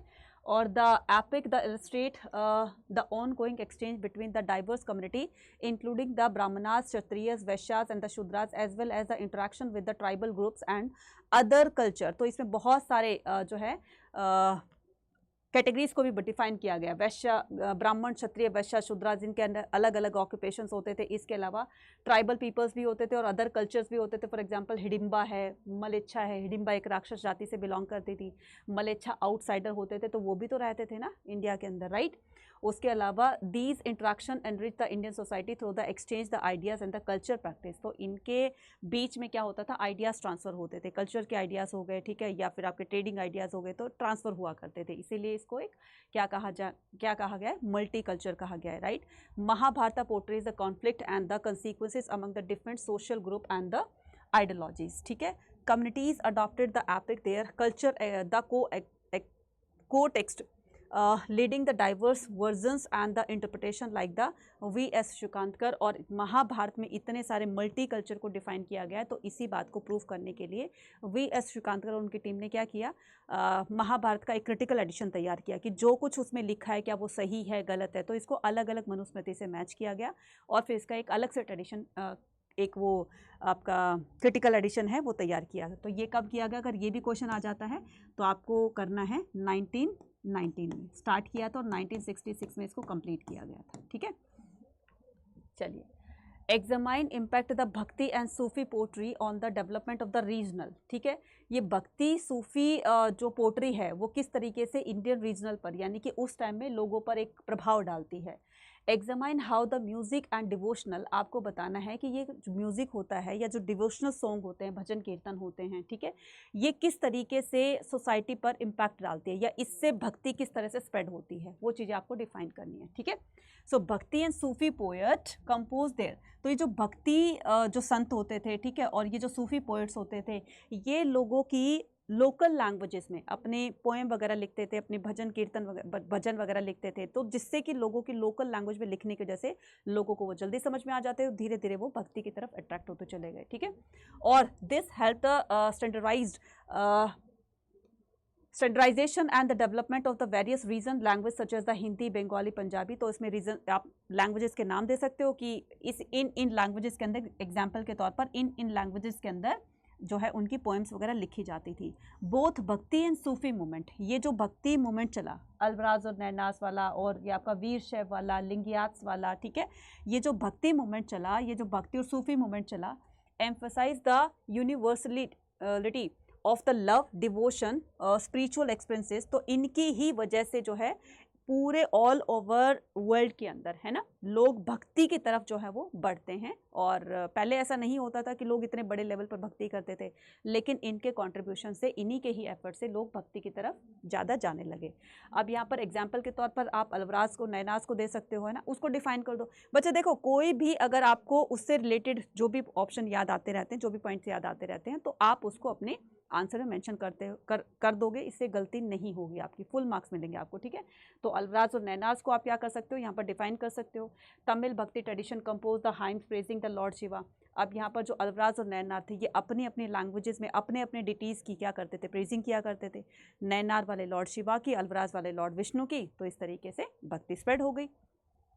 Next, Sufi poetry wrote the versus. इसी तरीके से सूफी पोएट्री जो है वो mystical love and the spiritual longing, ठीक है। तो जैसे हिंदुओं के अंदर क्या होता है, मंत्रों का उच्चारण किया जाता है हवन यज्ञ करते टाइम, है ना, या फिर मंदिरों में भजन कीर्तन चलते रहते हैं, तो इससे लोगों के अंदर एक भक्ति की जो भावना है वो जागृत होती है। इसी तरीके से सूफी पोएट्री होती है या फिर उनकी जो दरगाह होती है, शेख की जो दरगाह होती है, तो वहाँ पर आपको ने देखा होगा कि कव्वाली वगैरह चलती रहती हैं ना, और कव्वाली के साथ साथ में जो है वो म्यूज़िकल इंस्ट्रूमेंट भी प्ले होते रहते हैं, है ना। तो ये कोई जो ट्रेंड होते हैं पर्सन, वही उसको कर सकते हैं। तो ये डिवोटीज़ के अंदर ना एक तरीके से मतलब अलग से ही आप खुद जाकर देखना, मतलब ये बिल्कुल ट्रू है, बिल्कुल सही है कि आप जिस तरह के माहौल में जाएंगे, अब मान लो आप पार्टी शार्टी के माहौल में जाते हो, वहाँ पर डीजे विजे बज रहे हैं, तो आपका भी मन करेगा कि यार मैं तो नाचूंगा। नाचते हो कि नहीं होता, ठीक है, मुझे कमेंट सेक्शन में लिखकर बताना किसको अच्छा डांस आता है। और अगर आप मंदिर में जाते हो तो मंदिर में भजन कीर्तन चल रहे होते हैं। अब दोनों में सोचो जरा क्या फ़र्क है। अब वहाँ पर जाते हो तो उस तरह की फीलिंग आपके मन में आती है, इधर मंदिर वाले उसमें जाते हो, ठीक है, एरिया में जाते हो या टेम्पल में जाते हो, तो आपको भजन कीर्तन की वजह से घंटियों की आवाज़ सुनाई देगी और वहाँ पर जो ढोलक झांझ मंजीरे बजते रहते हैं, तो आपको उस तरह की, तो आपके अंदर ना वो भगवान के प्रति भक्ति की फीलिंग जो जागृत होने लगेगी। तो जैसा देश वैसा भेष, है ना, तो जैसे माहौल में जाओगे वैसा ही। तो यही सारी चीज़ें बताई गई हैं। Other like the Sufi Sant Baba Farid express, तो सूफी संत थे, ठीक है, जिनका नाम था बाबा फरीद, ठीक है, तो इन्होंने लोगों की लोकल लैंग्वेज में, खास करके दखनी लैंग्वेज में जो कि कर्नाटक और बीजापुर में बोली जाती थी, तो वहाँ पर लोगों की लोकल लैंग्वेज में इन्होंने अपनी पोइट्री वगैरह लिखी, तो लोग जो है भक्ति के प्रति आकर्षित हो गए। उसके बाद इस other like the Malik Muhammad Jayasi, ये वही है जिन्होंने पद्मावत, रानी पद्मावत है ना, पद्मावती, ठीक है, उनके ऊपर जो मूवी बनी थी, ठीक है, पद्मावत, तो इन्होंने ही लिखी थी वो। Malik Muhammad Jayasi utilize the local language to create the allegorical love and stories such as the Padmavat symbolizing the journey of the soul towards divine love, ठीक है। और किस तरीके से मतलब अपनी आन बान और शान के लिए, ठीक है, उन्होंने अपनी जान दे दी थी, लेकिन किसी पराए जो पुरुष होते हैं उनकी नज़रों में नहीं आने दिया, ठीक है। सो इतना वो मतलब एक कहते हैं ना कि एक स्ट्रॉन्ग, मतलब एक तरीके से विश्वास होना अपने भगवान पर, उस तरीके से। इन बीजापुर कर्नाटक चिश्ती सूफी क्रिएटेड द दखनी लैंग्वेज, ये इसमें यहाँ बोली जाती थी, ठीक है। और इसके अलावा ये मराठी उसमें पोएम में होती थी और कन्नड़ में होती थी, और ठीक है। तो बस इस तरीके से एग्जाम्पल सेट कर दोगे बच्चा। मैंने 9 पॉइंट बता दी ना, आपको 3 पॉइंट लिखने हैं, ठीक है। एग्जामाइन, अब इसी का बी पार्ट है, examine how the music devotional song. तो ये म्यूजिक और डिवोशनल सॉन्ग जो है किस तरीके से भक्ति सूफी ट्रेडिशन को लोगों के अंदर एक स्पिरिचुअलिटी की जो फीलिंग होती है वो क्रिएट करते हैं। पोम्स ऑफ द अपार, संबदार और द सुंदरार फ्रॉम द तेवारम। तेवारम क्या होता है बच्चे? पोम्स का कलेक्शन होता है, ठीक है, भजनों का कलेक्शन होता है। तो उसकी एक बुक तैयार की गई जिसमें सभी बहुत सारी भजन वगैरह उसमें लिखे गए थे, पोएम्स वगैरह का कलेक्शन होता था, जिसको तेवारम कहा जाता था। Compile the classified in the 10th century. तो ये कब लिखी, ये इसको कब कंपाइल किया गया था? 10th सेंचुरी के अंदर, basis of the music and music of the song, ठीक है। तो दीज किंग, जो उस टाइम में जो साउथ में जो किंग होते थे, उन्होंने ये डिक्लेयर कर दिया था कि टेम्पल के अंदर ना जो भजन कीर्तन वगैरह होंगे, जो भी पोएम्स वगैरह जो सिंग की जाएगी वो तमिल भाषा में की जाएगी, ताकि ज़्यादा से ज़्यादा लोग टेम्पल में जा करके और भजन कीर्तन में पार्टिसिपेट करें और उनके अंदर गॉड के प्रति जो है वो डिवोशन क्रिएट हो। सूफी ज़ियारत, सूफी ज़ियारत का मतलब क्या होता है? ज़ियारत का मतलब होता है पिलग्रिमेज, ठीक है, पवित्र स्थान की जिसको बोलते हैं, ठीक है, पिलग्रिमेज।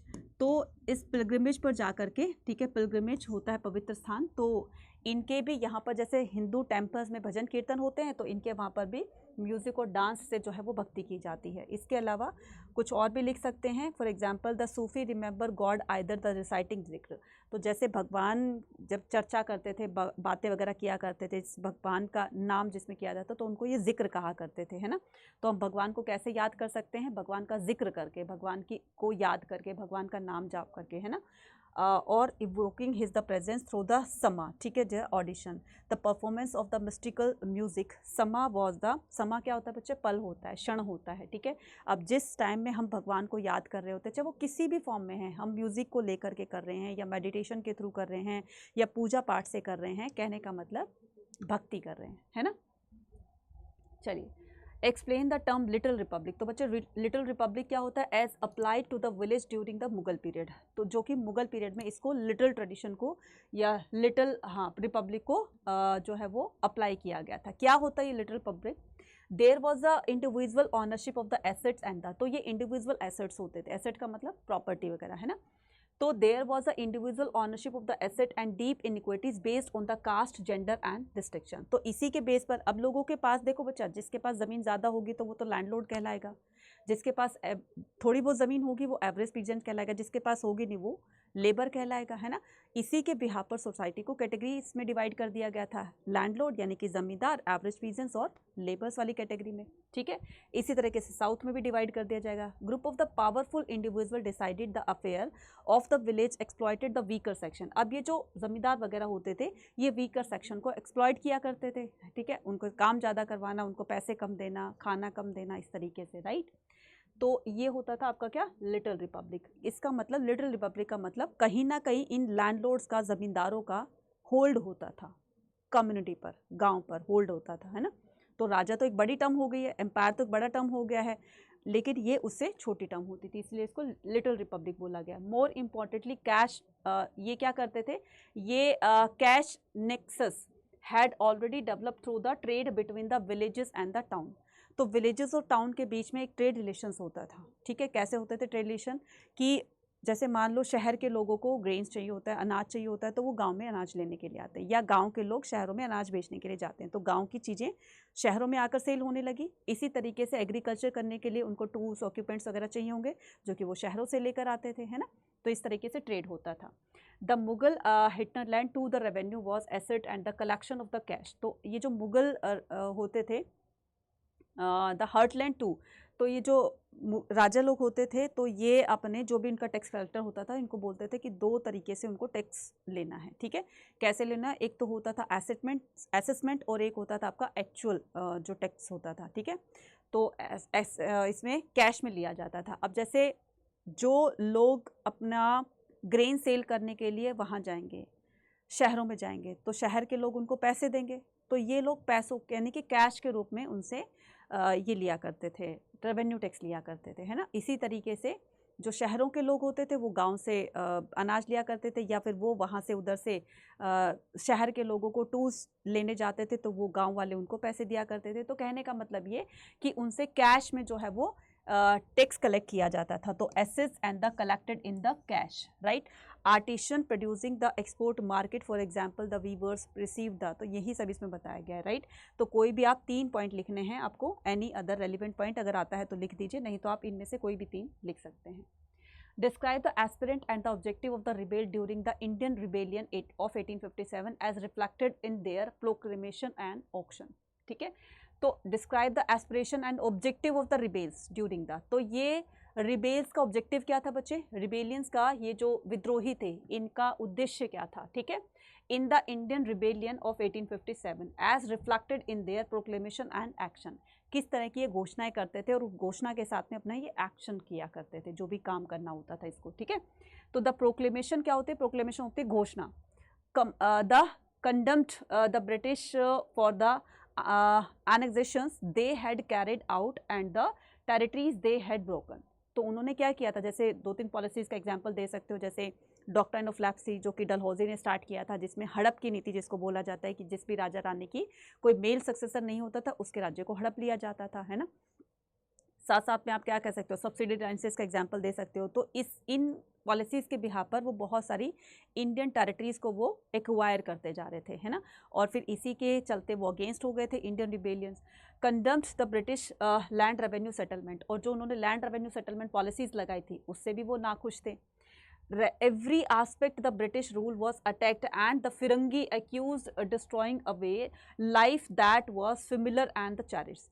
तो हर कोई जो है ब्रिटिशर्स पर अटैक कर रहा था कि उनकी लाइफ बिल्कुल उन्होंने स्पॉइल कर दी है। जो पहले बहुत ही खुशी खुशी वो लोग रहा करते थे, अब बिल्कुल ही दुख भरा जीवन व्यतीत कर रहे हैं। The proclamation express the wide spread fear and the British. अब ये जो प्रोक्लेमेशन था, जो देसी राजा वगैरह थे, ये जब प्रोक्लेमेशन किया करते थे तो एक तरीके से ये भी दिखाने की कोशिश करते थे कि जो इंडियन मतलब रिबेलियंस है वो उस घोषणा के साथ ही अपने एक्शन में आ जाती थी, और इसी को देख करके ब्रिटिशर्स डर जाएं और हमारा इंडिया छोड़ करके, भारत छोड़ करके वो हमेशा हमेशा के लिए वापस अपने ब्रिटेन चले जाएं। तो proclamation express their wide spread the fear of the British were bent on the destroying the caste and the religion of the Hindu. और इस वजह से भी वो क्या करते थे, इस वजह से भी जो है हिंदू मुस्लिम मतलब सोशल रिफॉर्म्स जो हो रहे थे ब्रिटिशर्स के द्वारा, जैसे सती सिस्टम को उन्होंने क्या किया था, रिफॉर्म किया, सती सिस्टम को अबॉलिश कर दिया था, कब 1829 के अंदर, ठीक है। इसी तरीके से विडो रीमैरिज जो था ये 1856 में ये एक्ट पास कर दिया था। तो इन ऐसे सोशल रिफॉर्मर्स को, ठीक है, ऐसे सोशल रिफॉर्म्स को जो है वो जब कर रहे थे, तो इससे क्या जाहिर होता है कि वो लोग इंडिया में हिंदू और मुस्लिम को उनके धर्म से ऐसा सोच रहे थे, हिंदू और मुस्लिम, कि हमें अपने धर्म से हो अलग करके ये हमें क्रिश्चियनिटी में क्या करा देंगे, क्रिश्चियनिटी में कन्वर्ट करा देंगे। और वही डर वो जो लोगों के अंदर पैदा करना चाहते थे, जिससे कि वो उनके सामने आकर बैंड हो जाएं, झुक जाएं और उनकी बात मानने पर तैयार हो जाएं। मतलब एक तरीके का डर का माहौल वो क्रिएट करना चाहते थे, किनके बीच में, इंडियंस के बीच में, ठीक है। People were urged to come together, fight, save their livelihood, their faith and the honor, they identify the fight which was the greater public good, ठीक है। अब लोग जो हैं अपने आप को बचाने के लिए इकट्ठे हुए, फिर उन्होंने इकट्ठे होकर के, यूनाइट होकर के अंग्रेज़ों से क्या किया, अंग्रेज़ों से टक्कर ली, फाइट की उनके साथ, है ना। और save their livelihood and the faith, अपने विश्वास को बनाए रखने के लिए, अपने मान सम्मान को बनाए रखने के लिए, fight which was the greater public good, ठीक है, लोगों के अच्छे के लिए वो ब्रिटिशर्स से फाइट कर रहे थे। The proclamation sought to unify all the social group in the fight of the against फिरंगी राज। सभी लोग जो है, फिरंगी राज किसको कहते हैं बच्चा, फिरंगी किसको कहते हैं, विदेशियों को। विदेशी कौन थे, अंग्रेज थे, तो इनके राज को वो ख़त्म करना चाहते थे। आजमगढ़ प्रोक्लेमेशन कब हुई थी बच्चा, 25 अगस्त 1857 को आजमगढ़ प्रोक्लेमेशन हुई थी। इसमें मुस्लिम रूलर्स ने एक तरीके से लोगों को मोटिवेट करने के लिए, इंस्पायर करने के लिए अलग अलग तरह के बैनर्स दिखाए कि देखो कितने सालों से जो है हम यूनाइट होकर के काम कर रहे हैं और बड़े से बड़े युद्ध हम लोगों ने जीते हैं, तो अभी भी वो वक्त आ गया है कि यूनाइट होकर हम इनको बाहर निकालेंगे। तो suppose the givenness like the religion objective Enfield rifle, और इसके साथ में ही जब ये इन्होंने एनफील्ड राइफल्स के न्यू कार्टेजेस इन्होंने लॉन्च किए, जिसको मुंह से छीलना होता था और ऐसा माना जाता था कि उस पर जो है वो काव और पिग फैट, यानी कि गाय और सुअर की चर्बी का जो एक कोट होता है, लेप होता है, वो उस चारों तरफ, उस कारतूस के चारों तरफ उसका कोट किया गया था और उसको मुंह से छीलना होता था। तो मुंह से छीलेंगे तो अपने धर्म से अलग हो जाएंगे। यही सब बातें लिखनी है बच्चा, ठीक है, यही सब बातें लिखनी है। मैंने आपको कराए हैं 9 पॉइंट और लिखने आपको कितने, 3 हैं। नेक्स्ट आता है, how did the zamindar manage to retain their control over their zamindari. तो बच्चा ये आपका 27 क्वेश्चन जो है ना, ये सैम्पल पेपर में नहीं दिया है। क्वेश्चन नहीं दिया, आंसर दे दिया लेकिन क्वेश्चन नहीं दिया है ना। तो बड़ा ढूंढ ढांड के फिर मैंने इससे रिलेट किया कि ये क्वेश्चन जो है वो पूछा जा सकता है, ठीक है, पूछा गया है। अब ये आंसर एज इट इज़ दे दिया, ठीक है। During the late 18th century, तो यहाँ पर आपको बताना है कि ज़मींदार ने अपनी ज़मींदारी को बचाने के लिए क्या क्या उपाय किए, है ना। आप इसमें फिक्टिशियस सेल दे सकते हो, आप इसमें लाठियाल्स का एग्जाम्पल दे सकते हो, आप इसमें जो है मतलब कि क्या कर सकते हो। और जैसे कि वो खुद अपने जब नीलामी होती थी, ऑक्शन होता था, तो खुद अपने लोगों को वहाँ पर बिठा दिया करता था। इस तरीके से अपनी लाइबिलिटीज़ को, अपनी ये जो ज़मींदारी होती है, इनको बचाने की बहुत कोशिश की। During the late 18th century while the many zamindar faced crisis a group of the affluent. तो जब लेट 19th सेंचुरी के अंदर, है ना, जब इन पर बहुत स्ट्रिक्ट लॉ इम्पोज कर दिया गया था, जिसको क्या कहा जाता है, सनसेट लॉ कहा जाता है। तो सनसेट लॉ क्या था बच्चे, सनसेट लॉ ये था कि सनसेट होने से पहले पहले ज़मींदार को फार्मर से हर हाल में रेवेन्यू कलेक्ट करके ईस्ट इंडिया कंपनी को देना है। एक डेट फिक्स कर दी जाती थी। उस फिक्स्ड डेट को अगर तुमने सनसेट होने से पहले पहले रेवेन्यू पे कर दिया तब तक तो ठीक है। अगर तुमने सनसेट होने के बाद पे किया तो तुम्हारी ये जो मतलब ये जो कलेक्शन है ये वैलिड नहीं माना जाएगा, और फिर नेक्स्ट डे तुम्हारी ज़मीनों को या तुम्हारी प्रॉपर्टी को नीलाम कर दिया जाएगा। उससे जो पैसा आएगा हम अपने नुकसान की भरपाई इस तरीके से करेंगे। ये क्या था, सनसेट लॉ था। तो धीरे धीरे ज़मींदार लॉस में आने लगे तो वो गांव छोड़कर जाने लगे। अब गांव छोड़कर जाने लगे तो उनकी जगह पर कौन आ गए थे, जोतेदार आ गए थे, जो कि रिच पीजेंट्स का ग्रुप होता था। तो अब जोतेदार गांव वालों पर रूल करने लगे थे, तो एक तरीके से उनकी डोमिनेंस हो गई थी, ठीक है। Jotedar had the amassed extensive the land holding sometimes spanning the several 1000 acres. इनके पास बहुत बड़ी बड़ी लैंड होती थी, है ना, बहुत सारी लैंड होती थी। Jotedar holded the significant influence over the local trade and the money lending, extending immense control over the poor cultivators in the region, ठीक है। तो वो गरीब किसानों पर एक्सप्लॉइट किया करते थे, गरीब किसानों को। अनलाइक द जमींदार who open the resident in the, हालांकि जमींदार जो है वो अर्बन एरियाज में रहने लग गए थे, जोतेदार वर सूटेड इन द विलेज, और उसकी जगह पर जोतेदार आ गए थे। तो allowing them direct control of significance, तो इसके अलावा मतलब इनका डायरेक्ट रूल हो गया था। जोतेदार फियर्सली रेसिस्टेड, तो यहाँ पर जोतेदार जो होते थे उन्होंने किस तरीके से अपनी पावर को मजबूत किया, है ना। हर तरीके से मनी लैंडिंग भी किया करते थे, लैंड भी बहुत सारी होती थी, ठीक है। साथ में वो जो है ब्रिटिशर्स के लिए भी काम करते थे। तो इनकी पावर जो थी वो धीरे धीरे और ज़्यादा होने लगी कंपैरेटिव टू ज़मींदार के, ठीक है। तो आप इसमें ये भी कर सकते हो कि manage to retain their control of their zamindari. तो फिर धीरे धीरे बाद में किस तरीके से, इसमें और मैं क्वेश्चन लिख देती हूँ। तो इसमें और में क्वेश्चन क्या आ जाएगा, और में क्वेश्चन आ जाएगा कि ये जो जोतेदार थे, ठीक है, ये किस तरह से पावरफुल बने लेट 19th सेंचुरी में, ठीक है। हाउ द जोतेदार्स ठीक है। तो ये how the jotedars were become powerful, तो ये उसका आंसर है। ठीक है, how the jotedars became powerful. ठीक है, पावरफुल। ठीक है, तो जो मैंने आपको बताया कि रिटेन कैसे किया, तो उसमें 3 से 4 एग्जाम्पल दे दोगे, फिक्टिशियस सेल दे दोगे। ठीक है, और दूसरा क्या करोगे, दूसरा लाठियाल्स का एग्जाम्पल दे दोगे। तीसरा क्या करोगे कि अपने ही भाड़े के लोगों को पैसे दे करके वहां पर नीलामी में बिठा दिया करता था, तो उसे 3 से 4 आप पॉइंट दे दोगे। और जो सेकेंड का आंसर है कि how the jotedars become the powerful. ठीक है, जोतेदार जो है वो किस तरीके से पावरफुल बन गए थे इन द विलेज। ठीक है, इन द विलेज, गांव में किस तरीके से पावरफुल बन गए थे, तो ये सारा का सारा आप इसमें लिख दोगे। ठीक है, क्लियर बच्चा। नेक्स्ट आता है हमारे पास लॉन्ग आंसर। अब हम क्या करेंगे, अब हम लॉन्ग आंसर टाइप क्वेश्चन करने वाले हैं, जो कि आपको 3 क्वेश्चन दिए होंगे और हर एक क्वेश्चन कैरी करेगा 8 मार्क्स, तो टोटल हमारे 24 मार्क्स यहाँ पर पक्के होने वाले हैं। फर्स्ट क्वेश्चन है आपके सामने, how did the philosophical and the religious development during the first millennium BC.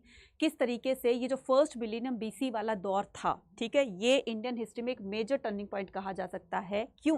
क्योंकि इसी के अंदर ऐसे काफ़ी सारे चेंजेस हुए थे, काफ़ी सारे ऐसे डेवलपमेंट हुए थे जिसके बिहार पर इसको एक मेजर टर्निंग पॉइंट कहा जा सकता है। How did the philosophical and the religious development during the first millennium BC in India influence the socio political aspect. तो ये जो फिलोसफिकल और रिलीजियस जो डेवलपमेंट थी, किस तरीके से सोसाइटी पर या लोगों पर किस तरह से अपना प्रभाव छोड़ती है। ठीक है, एक्सप्लेन विद एग्जाम्पल। तो यहाँ पर आप दोगे उन थिंकर्स के, उन फिलोसफर्स के नाम बताओगे जिन्होंने सोसाइटी को चेंज करने में बहुत बड़ा कंट्रीब्यूशन दिया। ठीक है, इनमें से एग्जाम्पल दोगे, जैसे ज़ाराथुस्त्रा कहाँ के थे, ईरान के थे, कोंगजी चाइना के थे, और इसी तरीके से प्लेटो, सुकरात, अरस्तु ये ग्रीस से थे, और लॉर्ड महावीर और गौतम बुद्ध इंडिया से थे। इन्होंने जो पुराने रीति रिवाज जो चलते आ रहे थे उनमें चेंजेस किए। ऐसा क्यों होता है, वेदों पर क्वेश्चन किए, बताओ कहाँ लिखा है कि शूद्र और महिलाएं जो है वो टेम्पल्स में नहीं जाएंगी, और बताओ कहाँ लिखा है कि चांडाल्स की शैडो पड़ने पर तुम अपवित्र हो जाओगे। तो ऐसा कहीं लिखा है तो हमें बताओ। तो इस तरीके से सच्चाई के साथ वो लोगों को रास्ता दिखाएंगे, लोगों को सच्चा अच्छा धर्म का रास्ता दिखाएंगे, वही सारी चीज़ें डिफाइन करनी है। तो फर्स्ट में आपका ये आ जाएगा, relationship between the human and the cosmic world. तो ये भौतिक जो संसार होता है, ठीक है, भौतिकवाद से लोगों को रियलिटी बताएंगे कि जीवन क्या होता है, लाइफ की रियलिटी बताएंगे। और लाइफ की रियलिटी ये है कि तुम्हें अपना जीवन कैसे जीना है, कौन कौन से तुम्हें जो है बातों को लेकर अपने जीवन को अच्छा करना है। तो लोगों को इस तरह की ये बातें बताएंगे, right. New kingdom and the cities were developing the social and economic life undergoing the significant changes in the Ganga valley. ठीक है, अब नए नए जो है किंगडम्स बनेंगे, सिटीज़ बनेंगी, सोशल चेंजेस होंगे, इसमें इकोनॉमिकली चेंजेस होंगे, सोशल भी चेंजेस होंगे। ठीक है, उसके बाद प्रमोटिंग दीज थिंकर्स ऑल्सो। तो ये जो थिंकर्स होंगे, ज़ाराथुस्त्रा और ये कोंगजी या गौतम बुद्धा या फिर लॉर्ड महावीरा, तो ये जो होंगे ये क्या करेंगे, also the contemplate those the societal transformation. ठीक है, ये क्या करेंगे, सोसाइटल ट्रांसफॉर्मेशन, मतलब जो पहले के रीति रिवाज चल रहे आ रहे हैं उसी में ही क्या करेंगे, उसी को ही ट्रांसफर करते हैं, उसमें मॉडिफिकेशन करके ये लोगों को बातें बताएंगे। ठीक है, सो प्री एग्जिस्टेंस ट्रेडिशन, जो पहले ट्रेडिशन चल रहा था, इंक्लूडिंग द अर्ली वैदिक ट्रेडिशन जिसमें हवन यज्ञ वगैरह करते थे, नोन एज द ऋग्वेदास, जिनको ऋग्वेदास कहा जाता था। किसको? वैदिक ट्रेडिशन को ऋग्वेद कहा जाता था। इसमें जो है पर्टिकुलर अग्नि, इंद्र और सोम की पूजा की जाती थी, और इनका ही वर्णन हमें ऋग्वेद में मिलता है। और ये इन तीनों की पूजा हवन यज्ञ वगैरह से की जाती थी। तो लोगों को ये करने पर भी मतलब कोई फायदा नहीं हो रहा था, उनकी लाइफ में कोई अच्छा काम नहीं हो रहा था। तो लोग जो हैं इनसे पैसा भी खर्च कर रहे थे और फायदा भी नहीं होता, तो लोग इनकी तरफ आएंगे। ठीक है, थिंकर्स पर बिलीव करने लगेंगे, विश्वास करने लगेंगे। यहीं से जो है इनके फॉलोवर्स जो है धीरे धीरे बढ़ चले जाते हैं, और इस तरीके से आप उसको डिफाइन कर दोगे। सेक्रीफाइसेस कलेक्टिव द अफेयर्स, तो सेक्रीफाइसेस जो होते थे मतलब हवन यज्ञ वगैरह होते थे, यज्ञ collectively affairs but later then. तो पहले क्या होता था, बहुत सारे लोग मिल करके बड़ा सा यज्ञ करवाते थे।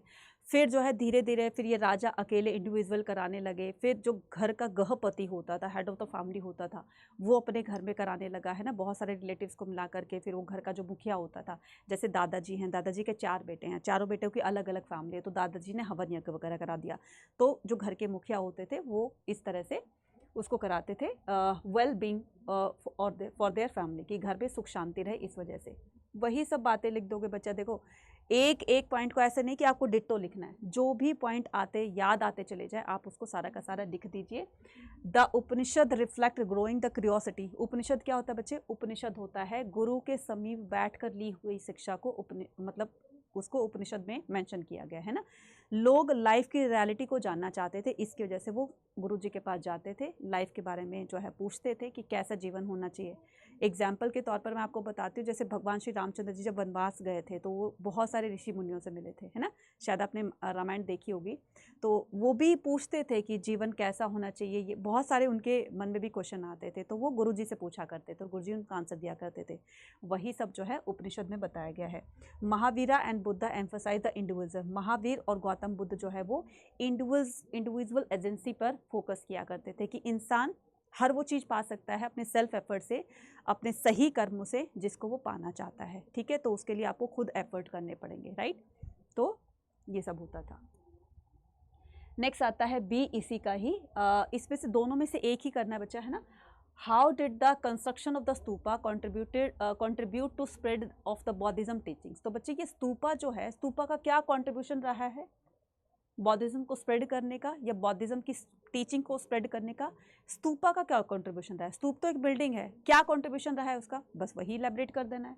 तो पहले तो आप ये देखिए स्तूपा क्या होते हैं। ठीक है, स्तूपा क्या होते हैं? Stupa were constructed at the site consider the sacred due to the associated with the Buddha's event and the relics. तो गौतम बुद्ध के जो बॉडी रेलिक्स है ना बच्चे, उनके शरीर के अवशेष थे उनके मरने के बाद, तो जहाँ पर वो रखे गए उसी के ऊपर एक बिल्डिंग बना दी गई जिसको स्तूप कहा गया। ठीक है, so example the stupa were built बोध गया। तो फॉर एग्जाम्पल जो गौतम बुद्ध के जीवन से रिलेटेड प्लेसेस हैं, है ना, तो जैसे बोध गया में उन्होंने अलाइनमेंट अटेन करी थी तो वहाँ पर एक स्तूप बना दिया। इसी के अलावा जहाँ पर उन्होंने फर्स्ट सेरेमनी दिया था सारनाथ में, वहाँ पर एक स्तूप बना दिया गया। जहाँ पर उनकी डेथ हुई थी कुशीनगर में, वहाँ पर एक स्तूप बना दिया गया। ठीक है, तो the square site become the centre of the pilgrimage. अब जो ये स्तूप बनाया जाएगा ये उनके डिवोटीज के लिए, उनके फॉलोअर्स के लिए एक पवित्र स्थान बन जाएगा। तो लोग दूर दूर से लोग यहाँ पर आएंगे कि भाई यहाँ पर गौतम बुद्ध बैठकर मेडिटेशन किया करते थे, यहाँ पर गौतम बुद्ध के बॉडी रेलिक्स रखे गए, तो वो कितना पवित्र स्थान होगा। दूर दूर से लोग, अलग अलग देशों से लोग यहाँ पर आते हैं, डिवोशन देते हैं अपनी। तो बस इसी तरीके से बौद्धिज्म ऐसे ही तो फैलता है ना, फैला। Stupa often feature the carving, relief and inscription depicting scene. और इसके अलावा स्तूपास के अंदर ना दीवारों पर गौतम बुद्ध की लाइफ से रिलेटेड जो है सीन्स को दिखाया गया है ना, कि किस तरीके से उन्होंने घर छोड़ा, है ना, कब छोड़ा, और कैसे उनको अलाइनमेंट अटेन हुई, किस फॉर्म में वो बैठे हुए थे। तो उनकी लाइफ से रिलेटेड ना कुछ सीन वहाँ पर दिखाए गए, तो लोग सीन देखने के लिए भी आते हैं। और इस तरीके से स्तूपा जो है वो बहुत इंपॉर्टेंट कॉन्ट्रीब्यूशन देता है अपना। स्तूपा कंटेन द जातक टेल्स। स्तूपा में जातक टेल्स यानी कि जातक कथाएं जो होती हैं वो भी दिए। फॉर एग्जाम्पल वसंत तारा जातका, जिसमें ये दिखाया गया है कि अगर हमें संसार के दुखों से मुक्ति पानी है तो पहले हमें सांसारिक मोह माया को त्यागना होगा। ठीक है, जिसमें एक राजा को बताया गया है कि पूरा का पूरा अपना राजपाट एक ब्राह्मण को देकर हमेशा हमेशा के लिए जंगल की तरफ चले गए थे वो, है ना, अपने वाइफ और अपने बच्चों के साथ में। ठीक है, Sanchi identify the scene from the Vessantara Jataka. ठीक है, तो सांची जो है, सांची में भी बहुत सारे वसंत तारा जातक के सीन दिखाए गए हैं, बुद्धा पास्ट लाइफ दिखाए गए हैं, और important events of the Buddhist history. These the artistic the representation served as the visual narratives and the conveyed Buddhist teaching literature audience. तो बस ऐसे ही कर दोगे इस तरीके से। कुछ ऐसे भी सीन हैं जो कि बौद्धिज्म से रिलेट ना होकर के, मतलब दूर दूर तक उनका कोई कनेक्शन नहीं है। ठीक है, ब्यूटीफाई करने के लिए भी दिखाया गया है, जैसे कि गजब लक्ष्मी की फॉर्म में दिखाया गया है, जिसमें 2 एलिफेंट उस पर पानी की बरसात कर रहे हैं। एक झूला झूलते हुए एक फीमेल को दिखाया गया है कि वो जब झूला झूल रही है तो किसी ड्राई, अगर वो ट्री से उसके पैर टच कर जाते हैं तो वो हरा भरा हो जाता है, उस पर जो है वो फ्लावर ब्लूम करने लगते हैं, फ्रूट आने लगते हैं। तो ये ऑस्पिशियस सिंबल के रूप में भी दिखाया गया है। ठीक है, वही कर दोगे, right. Worshippers enter the eastern. तो ये जो स्तूपास होते थे इसमें 4 गेट बनाए जाते थे, है ना। जो मेन एंट्री होती थी वो किससे होती थी? तो आपको अगर इस स्तूपा से रिलेटेड क्वेश्चन आए ना तो बच्चे इसका डायग्राम जरूर बनाकर आना है, इससे आपको फुल मार्क्स मिल जाएंगे। ठीक है, तो ये इस तरीके से आपको डायग्राम बना देना। ये क्या होता है, लेबल भी करना है। ये क्या होता है बच्चा? अंडा होता है। ठीक है, ये क्या है? सरफेस एरिया है। ठीक है, ये क्या है? Surface area. सरफेस एरिया से सेमी सर्कुलर माउल्डेड पोर्शन आपको बनाना है, अर्धवृत्ताकार बनाना है। और ये जो मोल्डेड पोर्शन है इसको अंडा कहा जाता है, और ये बालकनी लाइक स्ट्रक्चर देख रहे हो ना, इसको क्या कहा जाता है, इसको हर्मिका कहा जाता है। और हर्मिका के ऊपर क्या होती है, छतरी होती है, ठीक है। इसको क्या कहा जाता है, छतरी कहा जाता है, ठीक है। क्या कहा जाता है, इसको छतरी कहा जाता है। हर्मिका और छतरी के बीच का जो हिस्सा है उसको येस्टी कहा जाता है। क्या कहा जाता है उसको, येस्टी। और ये जो परिक्रमा होता है इसको क्या कहा जाता है, प्रदक्षिणा। क्या कहा जाता है, प्रदक्षिणा, ठीक है। तो इसमें जरूर से आप अपना ये डायग्राम बनाकर आना, सो दैट कि आपको फुल मार्क्स मिल जाए, ठीक है। और क्लॉकवाइज डायरेक्शन जो है इस पर घूमा जाता है। क्लॉकवाइज डायरेक्शन, ये जो प्रदक्षिणा देते हैं इसको, जैसे सूरज चलता है ना इस तरीके से क्लॉकवाइज डायरेक्शन में, ठीक है। और कुछ स्तूपास के नाम बता दोगे यहाँ पर, जैसे सांची है, अमरावती है, सांची की देहरी है। सांची की देहरी कहाँ पर है, पेशावर में है ना, पेशावर पाकिस्तान में है सांची की देहरी, है ना, यहाँ पर स्तूपा बना हुआ है, ठीक है। तो एग्जाम्पल लिख दोगे ऐसे। नेक्स्ट आता है Vijayanagara empire was characterised by the distinctive architect. Vijayanagara में बहुत सुंदर सुंदर बिल्डिंग और मॉन्यूमेंट्स बने, मतलब बिल्डिंग्स बनी हुई है, बहुत सुंदर स्टाइल से बनी हुई है, तो इसी को ही डिफाइन करना है, ठीक है। Architectures and the building styles. तो विजयनगर अपने आर्किटेक्चर्स और बिल्डिंग स्टाइल के लिए जाना जाता है। तो जस्टिफाई द स्टेटमेंट, ठीक है, अपनी स्टेटमेंट को जस्टिफाई करना है एग्जाम्पल देते हुए। प्रूफ करना है कि आप जो भी लिख रहे हो बिल्कुल सही है, और प्रूफ के साथ आपको बताना है एग्जाम्पल के साथ। The city of the Vijayanagara was enclose by the massive fortress. अब ये देखो कि विजयनगर को ना 7 लाइन्स के अंदर प्रोटेक्ट किया हुआ था, है ना। जैसे मान लो ये विजयनगर है और उसको 7 लाइन्स के अंदर इस तरह से पूरा प्रोटेक्ट किया होता। क्यों, ताकि दुश्मन उन पर कोई हमला ना करे, और अगर हमला हो भी जाए तो सारी चीज़ें सेफ एंड सिक्योर तरीके से रहे। तो इसको प्रोटेक्ट कैसे किया था, तो चारों तरफ जो है, पहले ही ये बाय डिफ़ॉल्ट ही था, इसके चारों तरफ ना छोटी छोटी पहाड़ियों से ये घिरा हुआ था, ठीक है। और ये वही पहाड़ियाँ थी जो कि कभी रामायण के टाइम में सुग्रीव और बाली जो 2 भाई थे ना, जहाँ पर भगवान श्री रामचंद्र जी उनसे मिलने के लिए आए थे, तो ये वही पहाड़ियाँ हैं। तो चारों तरफ से इसके पहाड़ियाँ हैं, तो दुश्मन अगर क्रॉस करके भी आता पहाड़ियों को, ठीक है, तो क्रॉस तो कर लेता, फिर जब आएगा देखेगा फर्स्ट में तो क्या किया था, इसको बड़ी बड़ी दीवार से घेराबंदी की गई थी। दीवार भी कैसी बनाई गई थी कि इसमें किसी मोर्टार का, किसी सीमेंट का यूज़ नहीं किया गया था, ब्रिक्स को या फिर स्टोन को पेस्ट करने के लिए, चिपकाने के लिए, है ना, उसको बिल्ड करने के लिए। तो ऐसे होता था कि एक पत्थर को दूसरे पत्थर के साथ अटैच करके इस तरीके से बहुत ही स्ट्रॉन्ग वो वॉल बनाई गई थी, है ना, टूटने से भी नहीं टूटी थी, फेविकोल का मजबूत जोड़ था वो, ठीक है। तो इतनी मजबूत दीवार बनाई गई थी कि मतलब दुश्मन चाहकर भी इसको बहुत कोशिश करने के बाद भी इसको तोड़ नहीं पाता था, है ना। तो ये बहुत ही ज़्यादा उसकी प्रोटेक्शन की गई थी। फिर चलो वो जैसे तैसे करके उन्होंने दीवार तोड़ भी दी। तो फर्स्ट लाइन में आएगा तो यहाँ पर एग्रीकल्चर किया जाता था, सेकंड में हिंटरलैंड होता था, मतलब सेना की टुकड़ियाँ जगह जगह तैनात कर दी जाती थी। थर्ड में आएगा तो ओचार्ड और गार्डन्स वगैरह थे, है ना। फोर्थ में आएगा तो वहाँ पर मार्केट थे, बाजार थे। फिफ्थ में आएगा रेजिडेंशियल एरिया था। सिक्स में आएगा कुछ और होता था। तो इस तरीके से आपने देखा ना कि मतलब अगर अटैक भी कर दे तो लोगों को खाने की कमी नहीं पड़ेगी, इसलिए अंदर एग्रीकल्चर करवाया जाता था, है ना, ताकि सैनिक और लोग भी जो है वो जिनको फूड की किस तरह की कमी ना हो, ठीक है। तो वो पूरा का पूरा डिफाइन कर दोगे।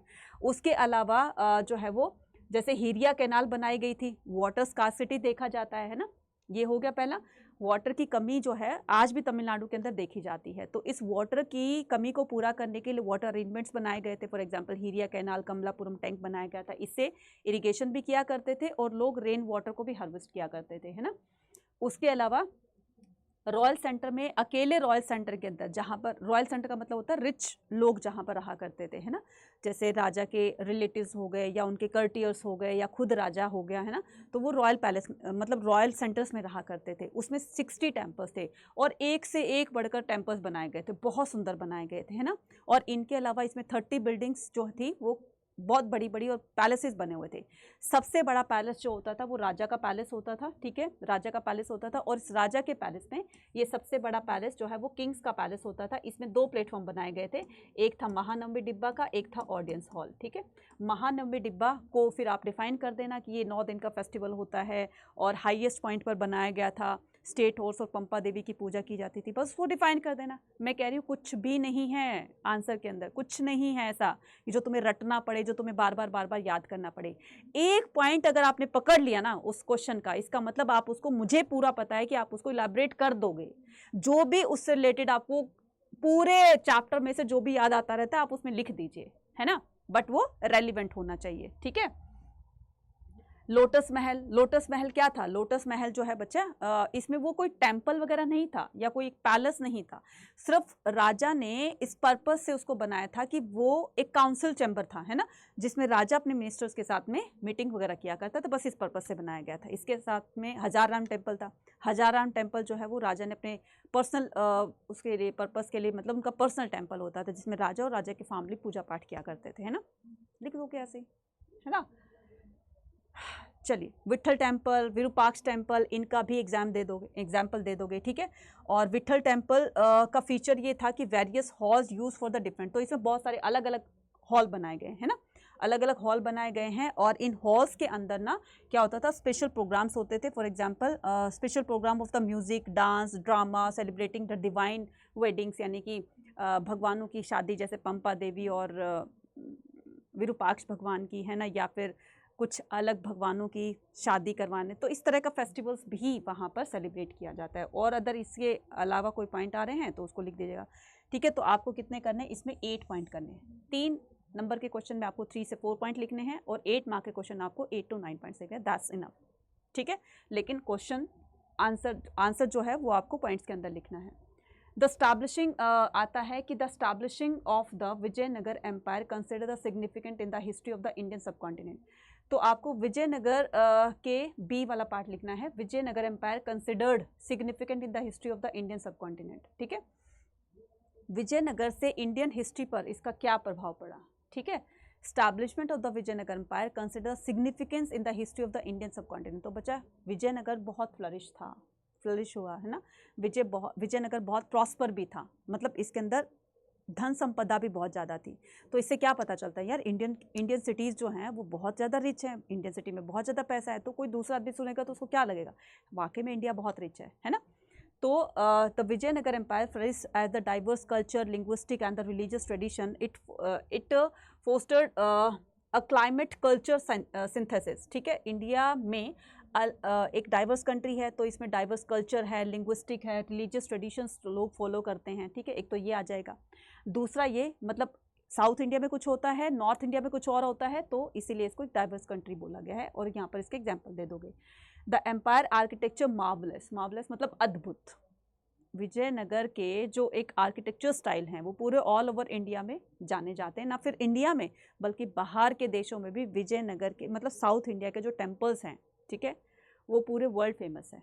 महाबलीपुरम है, कैलाशनाथ टेम्पल है, इतने बड़े बड़े टेम्पल हैं, लोग दूर दूर से देखने के लिए इनके लोग आते हैं ना। तो इससे इंडिया की जो एक पॉपुलैरिटी है वो वर्ल्ड में फैल रही है धीरे धीरे, है ना। तो विजयनगर फिर आपका जाएगा कि the empire's architectures marvellous such as the temple, palaces, fortification reflected blend of the indigenous Dravidian style. तो ये जो बने हुए थे द्रविडियन स्टाइल में बने हुए थे with influence of the neighbouring region. तो ये आइडिया कहाँ से लिया, जो विजयनगर में जो बड़े बड़े बिल्डिंग्स, मॉन्यूमेंट्स बने हुए थे, आइडिया कहाँ से लिया गया? ये लिया गया था नेबर रीजन से, आसपास के क्षेत्रों से। Vijayanagara control the trade, Vijayanagara में बहुत अच्छे से ट्रेड वगैरह भी होता था, तो जिससे बाहर के उस टाइम में अरब के साथ में, पोर्तुगीज़ के साथ में ट्रेड हुआ करता था। तो धीरे धीरे वो ट्रेडिंग भी के पर्सपेक्टिव से भी इंडिया की पॉपुलैरिटी बढ़ी। This strategy location the facilitate the Arab, Persian, European merchant contributing. तो ये मैंने अभी बताया था। Next, the empire control over the vital trade routes and the access the precious commodities such as the horses, spices, textile and the precious stone। तो ये बहुत जो कीमती चीज़ें होती थी, या हॉर्सेस की ट्रेड होता था, ठीक है, या फिर आपके स्पाइसेस का, टेक्सटाइल का। तो इंडिया की चीज़ें जब बाहर जाएंगी तो बच्चे पॉपुलैरिटी बढ़ेगी ना। वही सारे एग्जाम्पल लिख दोगे कि किस तरीके से इंडिया की पॉपुलैरिटी पूरे ऑल ओवर वर्ल्ड में विजयनगर की वजह से बढ़ती है। तो उसके 8 पॉइंट आप लिख दोगे। ये आपके 12 पॉइंट है, तो इसमें से कोई भी आपको 8 पॉइंट जो भी याद आता है वो लिख देना। Their rule was the characterise by, तो यहाँ पर विजयनगर के सबसे पावरफुल, सबसे कह सकते हो कि अच्छे रूलर कृष्णदेव राय, ठीक है। उन्होंने क्या किया, उनके रहते, उनके रीजन में ये जो विजयनगर है बहुत ज़्यादा एक्सपेंशन हुआ इसका, और ठीक है, एक्सपेंशन एंड कंसोलिडेशन हुआ। दे acquired the Odisha and sultan of Bijapur, ठीक है।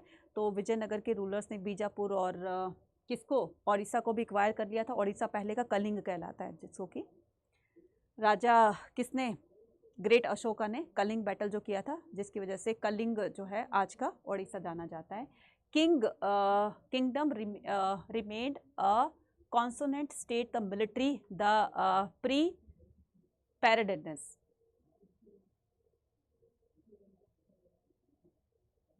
The kingdom remain in a consonant state of the military preparedness. अब ये preparedness का क्या बोला गया? preparedness का मतलब होता है कि पहले से किसी चीज़ के लिए प्रिपेयर होना, ठीक है। अब प्रिपेयर करके फिर उसको इम्प्लीमेंट करना, तो ये सारा का सारा स्ट्रक्चर, ये सारा का सारा स्ट्रेटजी जो है वो विजयनगर में देखी जा सकती है। Krishnadeva Raya is credited with the building. Krishnadeva Raya और बाकी अदर जो भी नायक वगैरह होते थे उन्होंने बहुत बड़े बड़े गोपुरम्स वगैरह बनाए। इवन कृष्णदेव राय ने भी बहुत सारे गोपुरम्स बनाए। एक अपनी मदर के नाम पर एक टाउन का भी निर्माण करा जिसका नाम था नगलापुरम, है ना। तो ऐसे कर दोगे उसको। How did the constituent assembly address the issue of the social justice. तो कॉन्स्टिट्यूशन असेंबली में किस तरह के जो सोशल जस्टिस को लेकर के डिबेट चल रही थी, है ना, कि ये होना चाहिए, ट्राइबल्स लोगों को हमें ये देना चाहिए, ठीक है, डिप्रेस क्लास लोगों के लिए, और इकोनॉमिक्स जो पिछड़े हुए लोग होते थे जिनको माइनॉरिटीज़ में काउंट किया गया था, है ना, उनके लिए क्या प्रावधान होना चाहिए, बैकवर्ड क्लास के लिए। तो इस तरीके से डिबेट्स होती थी, है ना, ये जो है एजेंडाज जो है डिस्कस किए जाते थे। तो वही सब आपको डिफाइन करने हैं कि how did the constituent assembly address the issue of, किस तरीके से कॉन्स्टिट्यूशन असेंबली ने social justice particularly concerning the right of the people, खास करके लोगों को किस तरह के राइट दिए जाएं, इस पर डिस्कस करके और उसको इलेबरेट किया, उसको डिफाइन किया, ठीक है। तो डिफरेंट डिमांड्स, तो अलग अलग तरह के लोगों की अलग अलग डिमांड होती है, तो उन्हीं डिमांड को जब सुना गया तो लोगों को इस तरह के राइट्स दिए गए, तो वही डिमांड्स क्या बन गए, राइट्स बन गए, ठीक है। So these demand, ideas, opinion, debates, discussion and the conflict idea were reconciled and the consensus was the take the collective decision. तो इसी की वजह से सभी की अलग अलग ओपिनियन होती थी और फिर सबका एक कलेक्टिव डिसीजन लिया जाता था, ठीक है। सभी की डिबेट सुन ली, सभी की बातें सुन ली, ठीक है। अब वो क्या होता था, जो अध्यक्ष बना होता था वो क्या करता था, फाइनल कंक्लूजन निकालता था, फिर लोगों की राय लेता था, ठीक है ठीक है ठीक है ठीक है, हाँ ओके है, डन डन डन, फिर उसको क्या करते थे, कॉन्स्टिट्यूशन मेंशन कर दिया करते थे। बी पोकेर बहादुर जो कि सेपरेट इलेक्शन के फेवर में थे, उन्होंने कहा कि सेपरेट इलेक्शन जो है वो करवाने चाहिए ताकि जो पिछड़ी हुई जातियां हैं, पिछड़े हुए लोग हैं, उनको आगे आने का मौका मिले। जबकि सरदार वल्लभ भाई पटेल ने ये जो सेपरेट इलेक्शन है इसको एक पॉइजन का नाम दिया है कि ये एक ऐसा पॉइजन है जो हमारी पॉलिटिकल बॉडी में एंटर करके पूरी तरीके से उसको डिस्ट्रॉय कर देगी। तो ये उनके अगेंस्ट थे, बहुत सारे लोग इसके अगेंस्ट थे, लेकिन बी पोकेर बहादुर इसके फेवर में थे। जीबी पंथ जो थे, GB Pant that all should empathise with the aspiration of the people. तो उसके अलावा all the arguments were based on the, तो ये जितनी भी आर्ग्यूमेंट्स होती थी, unity of the nation where every individual is a citizen of the state and each group had to be the assimilate with the nation। हर कोई nation से जुड़ा हुआ है तो हर किसी को राइट देने चाहिए, है ना, और लेकिन राइट दिए जाए तो कैसे दिए जाएं, ठीक है। तो वो लोगों की जो डिमांड होगी उसी को ही राइट बना दिया गया, ठीक है। और इस तरह से उनकी बातों को डिस्कस करके और इसमें पॉइंट मेंशन किया गया। The constitution will grant the citizenship and the right. Constitution ने सिटीजनशिप और राइट्स को ग्रांट कर दिया, दे दिया। In return the citizen had to offer their loyalty. तो जैसे कॉन्स्टिट्यूशन ने लोगों को क्या दिया, लोगों को सिटीजनशिप दी, है ना, नागरिकता दी, लोगों को जो है वो क्या दिया, लोगों को राइट्स दिए गए कि हम तुम्हें ये राइट देते हैं, अगर तुम्हारे राइट की कोई अवहेलना करता है, अगर कोई उसको नुकसान पहुंचाता है, ठीक है, अगर कोई उसको एक्सप्लॉइट करता है तो उसके लिए ये प्रावधान है, ये पनिशमेंट है। तो कॉन्स्टिट्यूशन ने अपना पूरा का पूरा ये डिफाइन कर दिया लोगों को। बदले में लोगों ने उनको क्या दिया, कॉन्स्टिट्यूशन असेंबली को, बदले में लोगों ने अपनी ईमानदारी, अपनी वफादारी दी कि जब कंट्री हमारे लिए इतना सोच कर सकती है तो हम भी कंट्री के लिए अब ये कॉन्ट्रीब्यूशन देंगे। इस तरीके से डिफाइन कर देना है, ठीक है। Explain the distribution. अब यहाँ पर पावर का डिस्ट्रीब्यूशन को लेकर के मुद्दा उठता है कि पावर किसको ज़्यादा दी जाए, किसको कम दी जाए, स्टेट और सेंट्रल दोनों के बीच में, है ना। तो अब इसको डिफाइन करना है। तो अल्टीमेटली अगर आपसे पूछा जाए तो आप भी यही कहोगे कि सेंट्रल गवर्नमेंट को पावर ज़्यादा देनी चाहिए, नो डाउट देनी चाहिए, ठीक है। तो पहले ये डिस्कस किया गया था कि पावर पूरी की पूरी जो है वो सेंट्रल गवर्नमेंट को देनी चाहिए, ठीक है। सेंटर को देनी चाहिए, क्योंकि सेंटर के ऊपर ना जो है वो रिस्पॉन्सिबिलिटी ज़्यादा होती है। अब सोचो ज़रा, ये पूरी की पूरी कंट्री है, ठीक है। अब कंट्री के अंदर बहुत सारे स्टेट्स हैं, ठीक है। अब जो स्टेट गवर्नमेंट होगी वो अपने तक ही तो सीमित होगी ना बच्चे, लेकिन ये जो पूरी एंटायर कंट्री है इसकी रिस्पॉन्सिबल कौन होगा? इसका रिस्पॉन्सिबल हमारी सेंट्रल गवर्नमेंट होगी, है ना। तो इसलिए सेंट्रल गवर्नमेंट को पावर ज़्यादा देनी चाहिए कंपेरेटिव टू स्टेट गवर्नमेंट के, है ना। अगर मान लो इसमें यह भी डिफाइन किया गया है कि अगर स्टेट को पावर नहीं दी जाएगी तो सेंट्रल गवर्नमेंट के ऊपर बर्डन बढ़ जाएगा, वो ठीक से काम नहीं कर पाएगी, इसलिए कुछ काम को, कुछ सब्जेक्ट जो है वो स्टेट गवर्नमेंट को भी दिए गए, है ना। और इसके लिए 3 लिस्ट बनाई गई, ठीक है, कि ये काम सेंट्रल गवर्नमेंट करेगी, ये काम स्टेट गवर्नमेंट करेगी और ये काम दोनों मिलकर करेंगे, ठीक है। तो ऐसे एग्जाम्पल दे दोगे, सेंट्रल गवर्नमेंट का एग्जाम्पल दे दोगे, जैसे हमारी आर्मी हो गई तीनों, इसकी रिस्पॉन्सिबिलिटी किसकी है? सेंट्रल गवर्नमेंट की है। कस्टम ड्यूटीज हो गई, ये किसकी है? ये हमारी सेंट्रल गवर्नमेंट की है। स्टेट गवर्नमेंट की दे दोगे, स्टेट गवर्नमेंट अपने राज्य में, जैसे इधर आर्मी है तो इधर अलग अलग स्टेट की अलग अलग पुलिस होती है, उसकी भर्ती करना, उसका जो भी एक्सपेंसेस होता है वो सारा स्टेट गवर्नमेंट करेगी, बदले में वो अपने स्टेट को प्रोटेक्ट करने के लिए इनकी रिक्रूटमेंट करेगी, है ना। ऐसे एग्जाम्पल दे दोगे। और कंकरेंट लिस्ट में एक होगी आपकी यूनियन लिस्ट, एक होगी आपकी स्टेट लिस्ट और तीसरी होगी आपकी कंकरेंट लिस्ट, ठीक है। कंकरेंट लिस्ट में ये जो आपके एक्साइज ड्यूटीज़ वगैरह होती है, जैसे बहुत सारा, मान लो किसी के पास बहुत सारा पैसा निकला है, किसी पर्सन के पास में टाइल्स के अंदर छुपाया हुआ है, बाथरूम के अंदर छुपाया है, बेड के अंदर छुपाया है, दीवारों के अंदर छुपाया है, बहुत सारा पैसा, करोड़ों पैसा निकलता है, वो किसके पास जाएगा? तो ये दोनों बांट लेते हैं आपस में, ठीक है। इतना सेंटर के पास, इतना जो है वो स्टेट के पास, क्योंकि स्टेट के पर्टिकुलर पर्सन के पास ही निकला है ना, तो सेंटर का, स्टेट का भी तो उसमें वो रहेगा ना, परसेंटेज रहेगा ना, हिस्सा रहेगा ना। हाँ, तो more item the list in the union list, तो ज़्यादातर आइटम्स जो है यूनियन लिस्ट के अंडर में रखे गए हैं।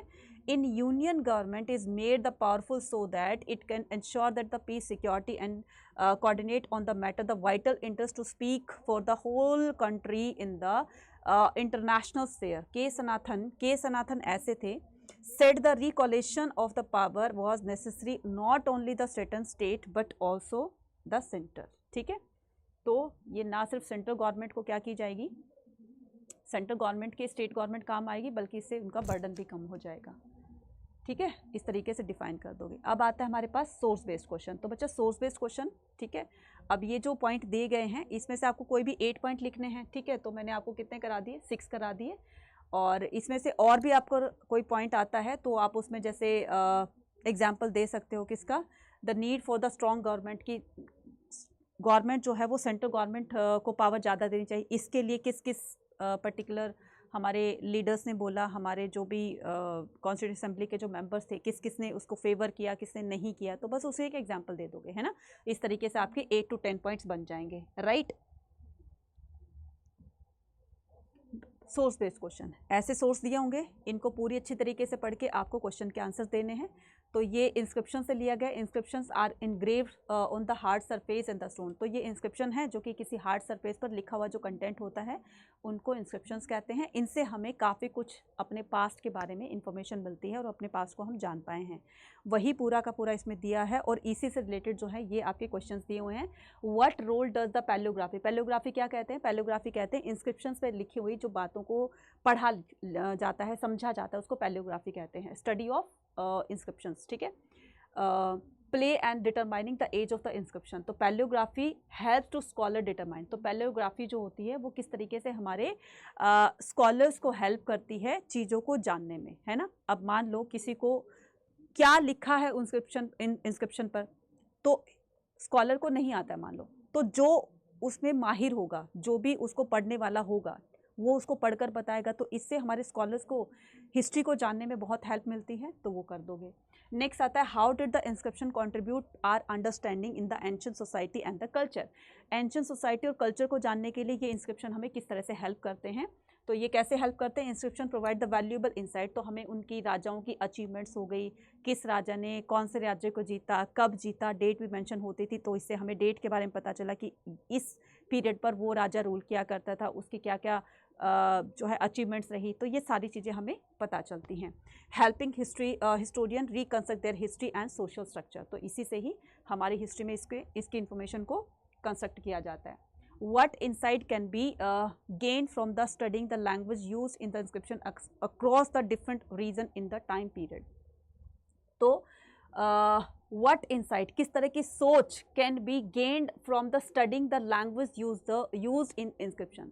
जो भी इंस्क्रिप्शन के अंदर लैंग्वेज लिखी हुई है, ठीक है, ये किस तरीके से हमारी एक सोच पैदा करती है across different region and time period. मान लो साउथ में हमें क्या मिला, कोई इंस्क्रिप्शन मिला, अफगानिस्तान में मिला, हमें एमपी में मिला, हमें उधर मिला, यूपी में मिला, हमें इधर मिला, बहुत जगह पर हमें इंस्क्रिप्शन मिले। अब पर्टिकुलर जगह पर जो भाषा बोली जाती होगी उसी भाषा में इंस्क्रिप्शन लिखे गए। इससे पता चलता है कि उस टाइम में लोग इन इन भाषाओं को बोला करते थे, इन इन भाषाओं को लिखा करते थे, तो ये पता चलता है। ठीक है, और भी कोई रेलिवेंट पॉइंट आए तो उसको आप कर दीजिएगा। नेक्स्ट, फिर से ये आपका एक्सट्रैक्ट दिया है, ठीक है, कई बार बहुत बड़े बड़े पैराग्राफ दिए होते हैं, कई बार छोटे दिए होते हैं, तो इनको पढ़ने के बाद फिर से आपको क्या करना है, इस तरह के आंसर्स देने हैं।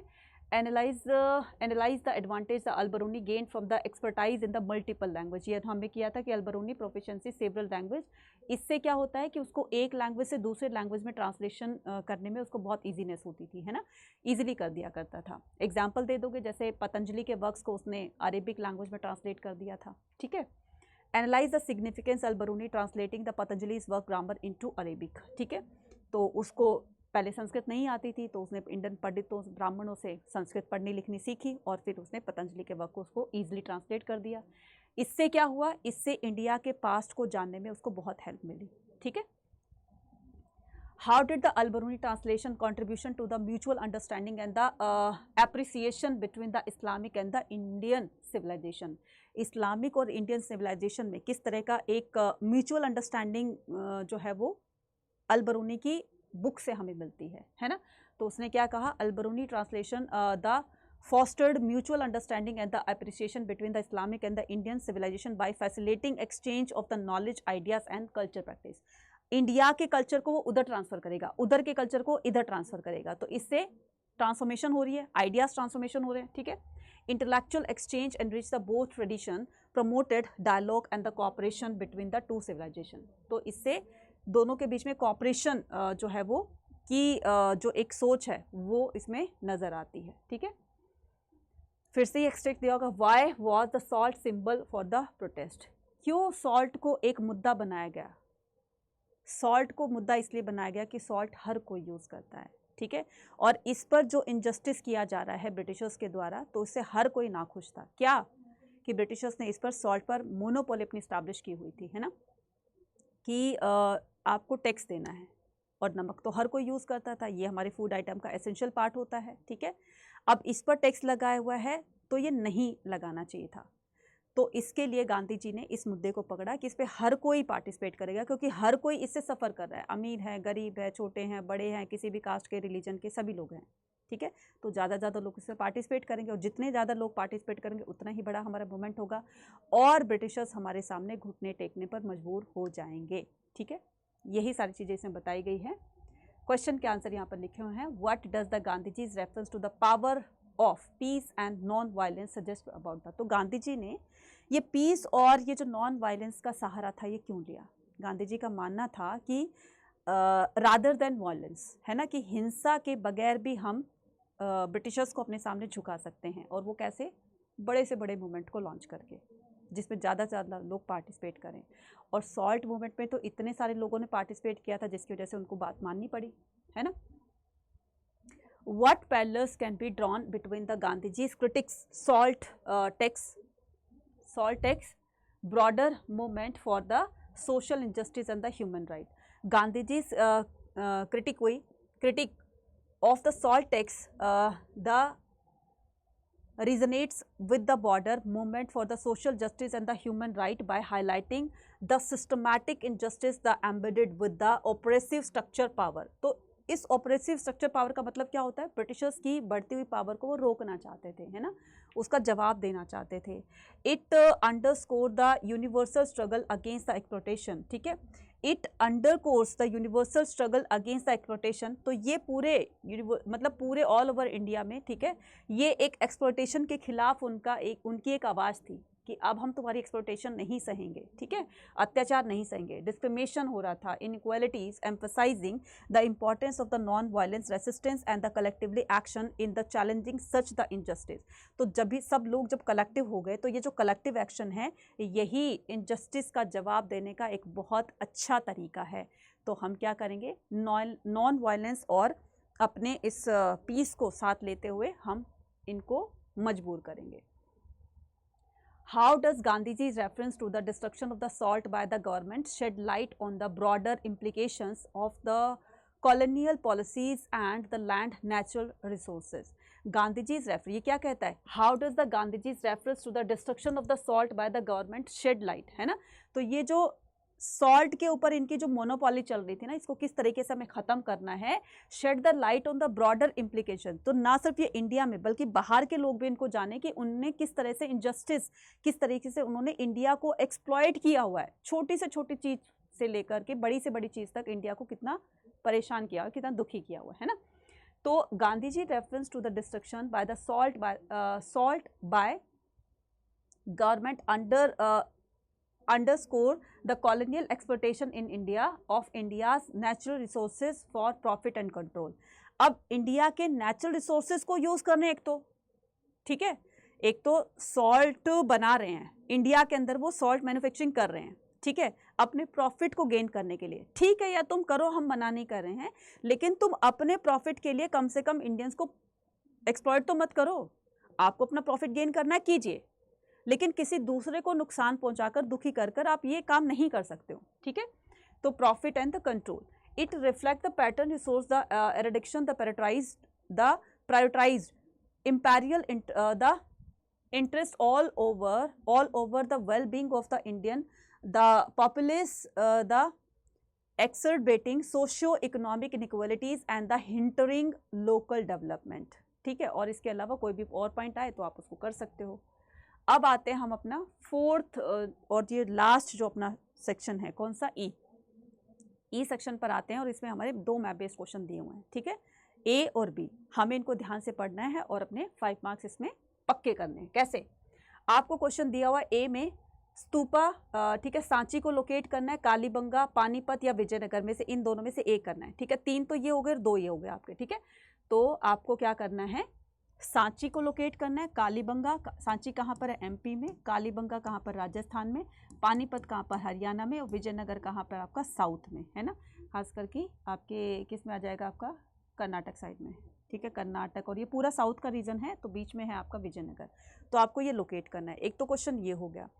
On the same line, same map में आपको लोकेशन दी होगी ए और बी करके, है ना, तो आप उसको आइडेंटिफाई करना है, उसका नाम बताना है, ठीक है। अब ये दिया होगा आपका इस तरीके का मैप, ये ए और बी दिया हुआ है ना, ठीक है, और इसको आइडेंटिफाई करके बताना है। जैसे ये यूपी है, यूपी का ये क्या है, लखनऊ है, तो ये क्वेश्चन क्या दिया हुआ है, क्वेश्चन दिया हुआ है कि as the centre of the revolt 1857 identify the, तो ए और बी आपके 1857 के रिवोल्ट से, ठीक है, रिलेटेड हैं, ठीक है। तो ये देखो, ये ए क्या हो गया, ये ए हो गया आपका लखनऊ, बी क्या हो गया, बी हो गया आपका क्या, बी हो गया आपका झांसी। तो ये क्या है बच्चा, झांसी है यहाँ पर, ठीक है। ये जो एरो दिया हुआ है, ये जो स्टार बनाया हुआ है, यहाँ पर झांसी है, ठीक है, यहाँ पर क्या है, लखनऊ है, ठीक है, ये देख रहे हो, राइट। ये हो गया आपका लखनऊ और ये हो गया आपका झांसी, ठीक है। उसके बाद सांची कहाँ पर है, ये रहा बच्चा सांची, है ना, सांची कहाँ पर है, ये रहा सांची, ठीक है, एमपी के अंदर सांची, राइट। और पानीपत अभी बताया था मैंने हरियाणा में, ये रहा आपका पानीपत। कालीबंगा भी बताया था राजस्थान के अंदर, ये रहा आपका राजस्थान। और विजयनगर बताया था, ये रहा, ठीक है। तो ये थे, ठीक है, मैप का क्वेश्चन, ठीक है। अब आपके 5 नंबर तो हो गए इसमें पक्के, ठीक है बच्चे। ऐसे ही क्वेश्चन पर अगर आप महारत हासिल करना चाहते हैं कि आपका एक भी क्वेश्चन गलत ना हो, चाहे वो मैप बेस्ड क्वेश्चन हो, चाहे वो एमसीक्यूज बेस्ड क्वेश्चन हो, चाहे आपके सोर्स बेस्ड क्वेश्चन हो, व्हाटएवर कोई भी हो, है ना, तो जैसे आपने बोर्ड एग्जाम में सॉल्व करना है, ठीक है, इसी तरह के क्वेश्चन दिए जाएंगे तो आप इस तरीके से इसको सॉल्व करोगे। लेकिन बात करते हैं हम किसकी, सीयूईटी की, तो सीयूईटी में सारे आपके ऑब्जेक्टिव टाइप क्वेश्चन होंगे, ठीक है। गलत तो गलत, सही तो सही, ठीक है। अब उस सही को सही करने के लिए आपको एक अच्छी सी अंडरस्टैंडिंग लेकर जानी होगी। वो कैसे लेकर जाओगे? तो मैंने अभी आपको बीच में भी बताया था कि बच्चे इस तरह के क्वेश्चन पर अपनी पकड़ बनाने के लिए हमें उसी तरह की प्रैक्टिस करनी होगी। जितने ज़्यादा हम एमसीक्यूज की और टफ से टफ हम क्वेश्चन की प्रैक्टिस करेंगे, तब जा करके हमारी एक अंडरस्टैंडिंग है वो हमारी बहुत अच्छी बन जाएगी। और इस तरह की अंडरस्टैंडिंग जो है वो आपको दी जा रही है समर्थ 4.0 के अंदर या फिर आपके महापैक के अंदर। तो महापैक लेने में सबसे बड़ा फ़ायदा ये है कि सारे जो इंडिविजुअल बैचेस हैं, जैसे समर्थ 4.0 है, आगे और भी बैचेस आएंगे, और भी बैचेस आएंगे, सीयूटी तक बहुत सारे बैचेस आएंगे, तो वो सारे के सारे आपको महापैक वालों को फ्री ऑफ कॉस्ट मिलेंगे। तो यहाँ पर आप 7 to 8 टाइम्स, हो सकता है 10 टाइम्स भी आप अपनी पूरे सिलेबस की रिवीजन लेकर जाएंगे, ठीक है। तो सारे क्वेश्चन आपको फिंगर टिप्स पे होंगे और तभी जाकर आप 100% आला बनोगे। तो एनरोल करने के लिए किसको, महापैक को या फिर समर्थ 4.0 को, या फिर चलो इनको भी नहीं लेते हो तो अगर आपको बुक्स भी लेनी है, टेक्स्ट बुक्स भी लेनी है, PYQs की किट भी लेनी है, सिलेक्शन किट लेनी है, सभी पर आपको मैक्सिमम डिस्काउंट मिलेगा इस कूपन कोड को यूज़ करके Y489, ठीक है। अभी 50% का ऑफ चल रहा है, ठीक है, तो जल्दी से जाकर इसको अवेल कर लेंगे, ठीक है। इसको अवेल करने के लिए क्या करना है, इसको अवेल करने के लिए अड्डा 24/7 की एप्लीकेशन को फटाफट से डाउनलोड कर लीजिए, क्योंकि यहीं पर ही आपको डिस्काउंट ऑफर मिलेगा, ठीक है। तो अगर वहाँ से करोगे तो आपको 1% कम मिलेगा, किसको, सर्च इंजन से, यानी कि गूगल से। तो आपको पहले अड्डा 24/7 की एप्लीकेशन को डाउनलोड कर लो, ऑल कोर्सेज पर जाओ, अंडर यहाँ पर UG PG एंट्रेंस एग्जाम पे क्लिक करो, UG पे क्लिक करो, आर्ट्स के हो, कॉमर्स के हो, साइंस के हो, ठीक है। तो अपने हिसाब से अपनी स्ट्रीम को यहाँ पर क्लिक करना है। तो जैसे आपने क्लिक किया, ये आपका आ गया समर्थ 4.0, ठीक है। और इसके अलावा यहाँ पर मैं बता देना चाहती हूँ, इसके अलावा ये आपका आ गया महापैक, है ना। तो महापैक में एनरोल करने के लिए क्या करोगे, इसको यहाँ पर क्लिक करोगे। क्लिक करने के बाद आपको यहाँ पर क्या करना है, यहाँ पर Y489 कूपन कोड यूज़ करना है, और इसी से ही क्या हो जाएगा, इसी से ही 50% का डिस्काउंट, देख रहे हो, ये रहा 50%, है ना। 50% के डिस्काउंट पर महापैक आपको 7499 का पड़ रहा है बच्चे, जिसमें कि आप अपने बोर्ड एग्जाम प्लस अपनी CUT दोनों की तैयारी लेकर जाओगे। तो आज ही इसको इनरोल करो, ठीक है। और इसके अलावा मैं आपको बता देना चाहती हूँ, इसके अलावा अगर आपको कोई बुक भी लेनी है, फॉर एग्जाम्पल आपको वोकैबलरी की बुक लेनी है ना, तो वोकैब की बुक भी जो है वो आपको यहाँ पर मिल जाएगी। यहाँ पर देखिए पूरा का पूरा ये पूरा सेक्शन आप लोगों का दिया हुआ है। ये है आर्ट्स की वीडियो, ई बुक, और ये आपकी बुक्स वगैरह हो गई है ना। तो यहाँ पर हम क्लिक करेंगे बुक्स पे, ठीक है। तो बुक्स पे क्लिक करेंगे तो ये सारी की सारी बुक है। ये आपकी वोकैब बुक है, ओनली मात्र 237 की। ये आपकी एज टेस्ट सीरीज़ है, मॉक टेस्ट है इसमें सारे के सारे। ये आपकी 529 का है। ये आपके क्या है, सिलेक्शन किट है जो कि 1827 की है। सिलेक्शन किट के अंदर आपके PYQs और प्रैक्टिस क्वेश्चन सारे के सारे मिल जाएंगे। चाहो तो आप इसको भी ले सकते हो। तो सब पर जो है आपको मैक्सिमम डिस्काउंट, फॉर एग्जाम्पल आपको ये लेना है, सिलेक्शन किट लेनी है, वोकैब बुक लेनी है, तो बस आपको बाय नाउ करके एक कूपन कोड लगाना है। कुछ भी परचेज करते हो तो Y489 इस कूपन कोड को लगाइए, अप्लाई कीजिए, और ये हो गया आपका इतने 50% के डिस्काउंट पर इतना हो गया है, ठीक है। तो जाएंगे आज इसको एनरोल करेंगे, परचेज करेंगे और अपनी तैयारी को स्टार्ट कर देंगे। मिलते हैं अपनी नेक्स्ट वीडियो में। Till then take care, bye bye to all. और सभी बच्चे बताएंगे कमेंट सेक्शन में कि सैम्पल पेपर आपको कैसा लगा, है ना। लेवल टफ था क्वेश्चन पेपर का, डिफ़िकल्ट था, या फिर मॉडरेट था, या फिर इजी था, कमेंट सेक्शन में लिखकर बताइएगा। Bye bye to everyone.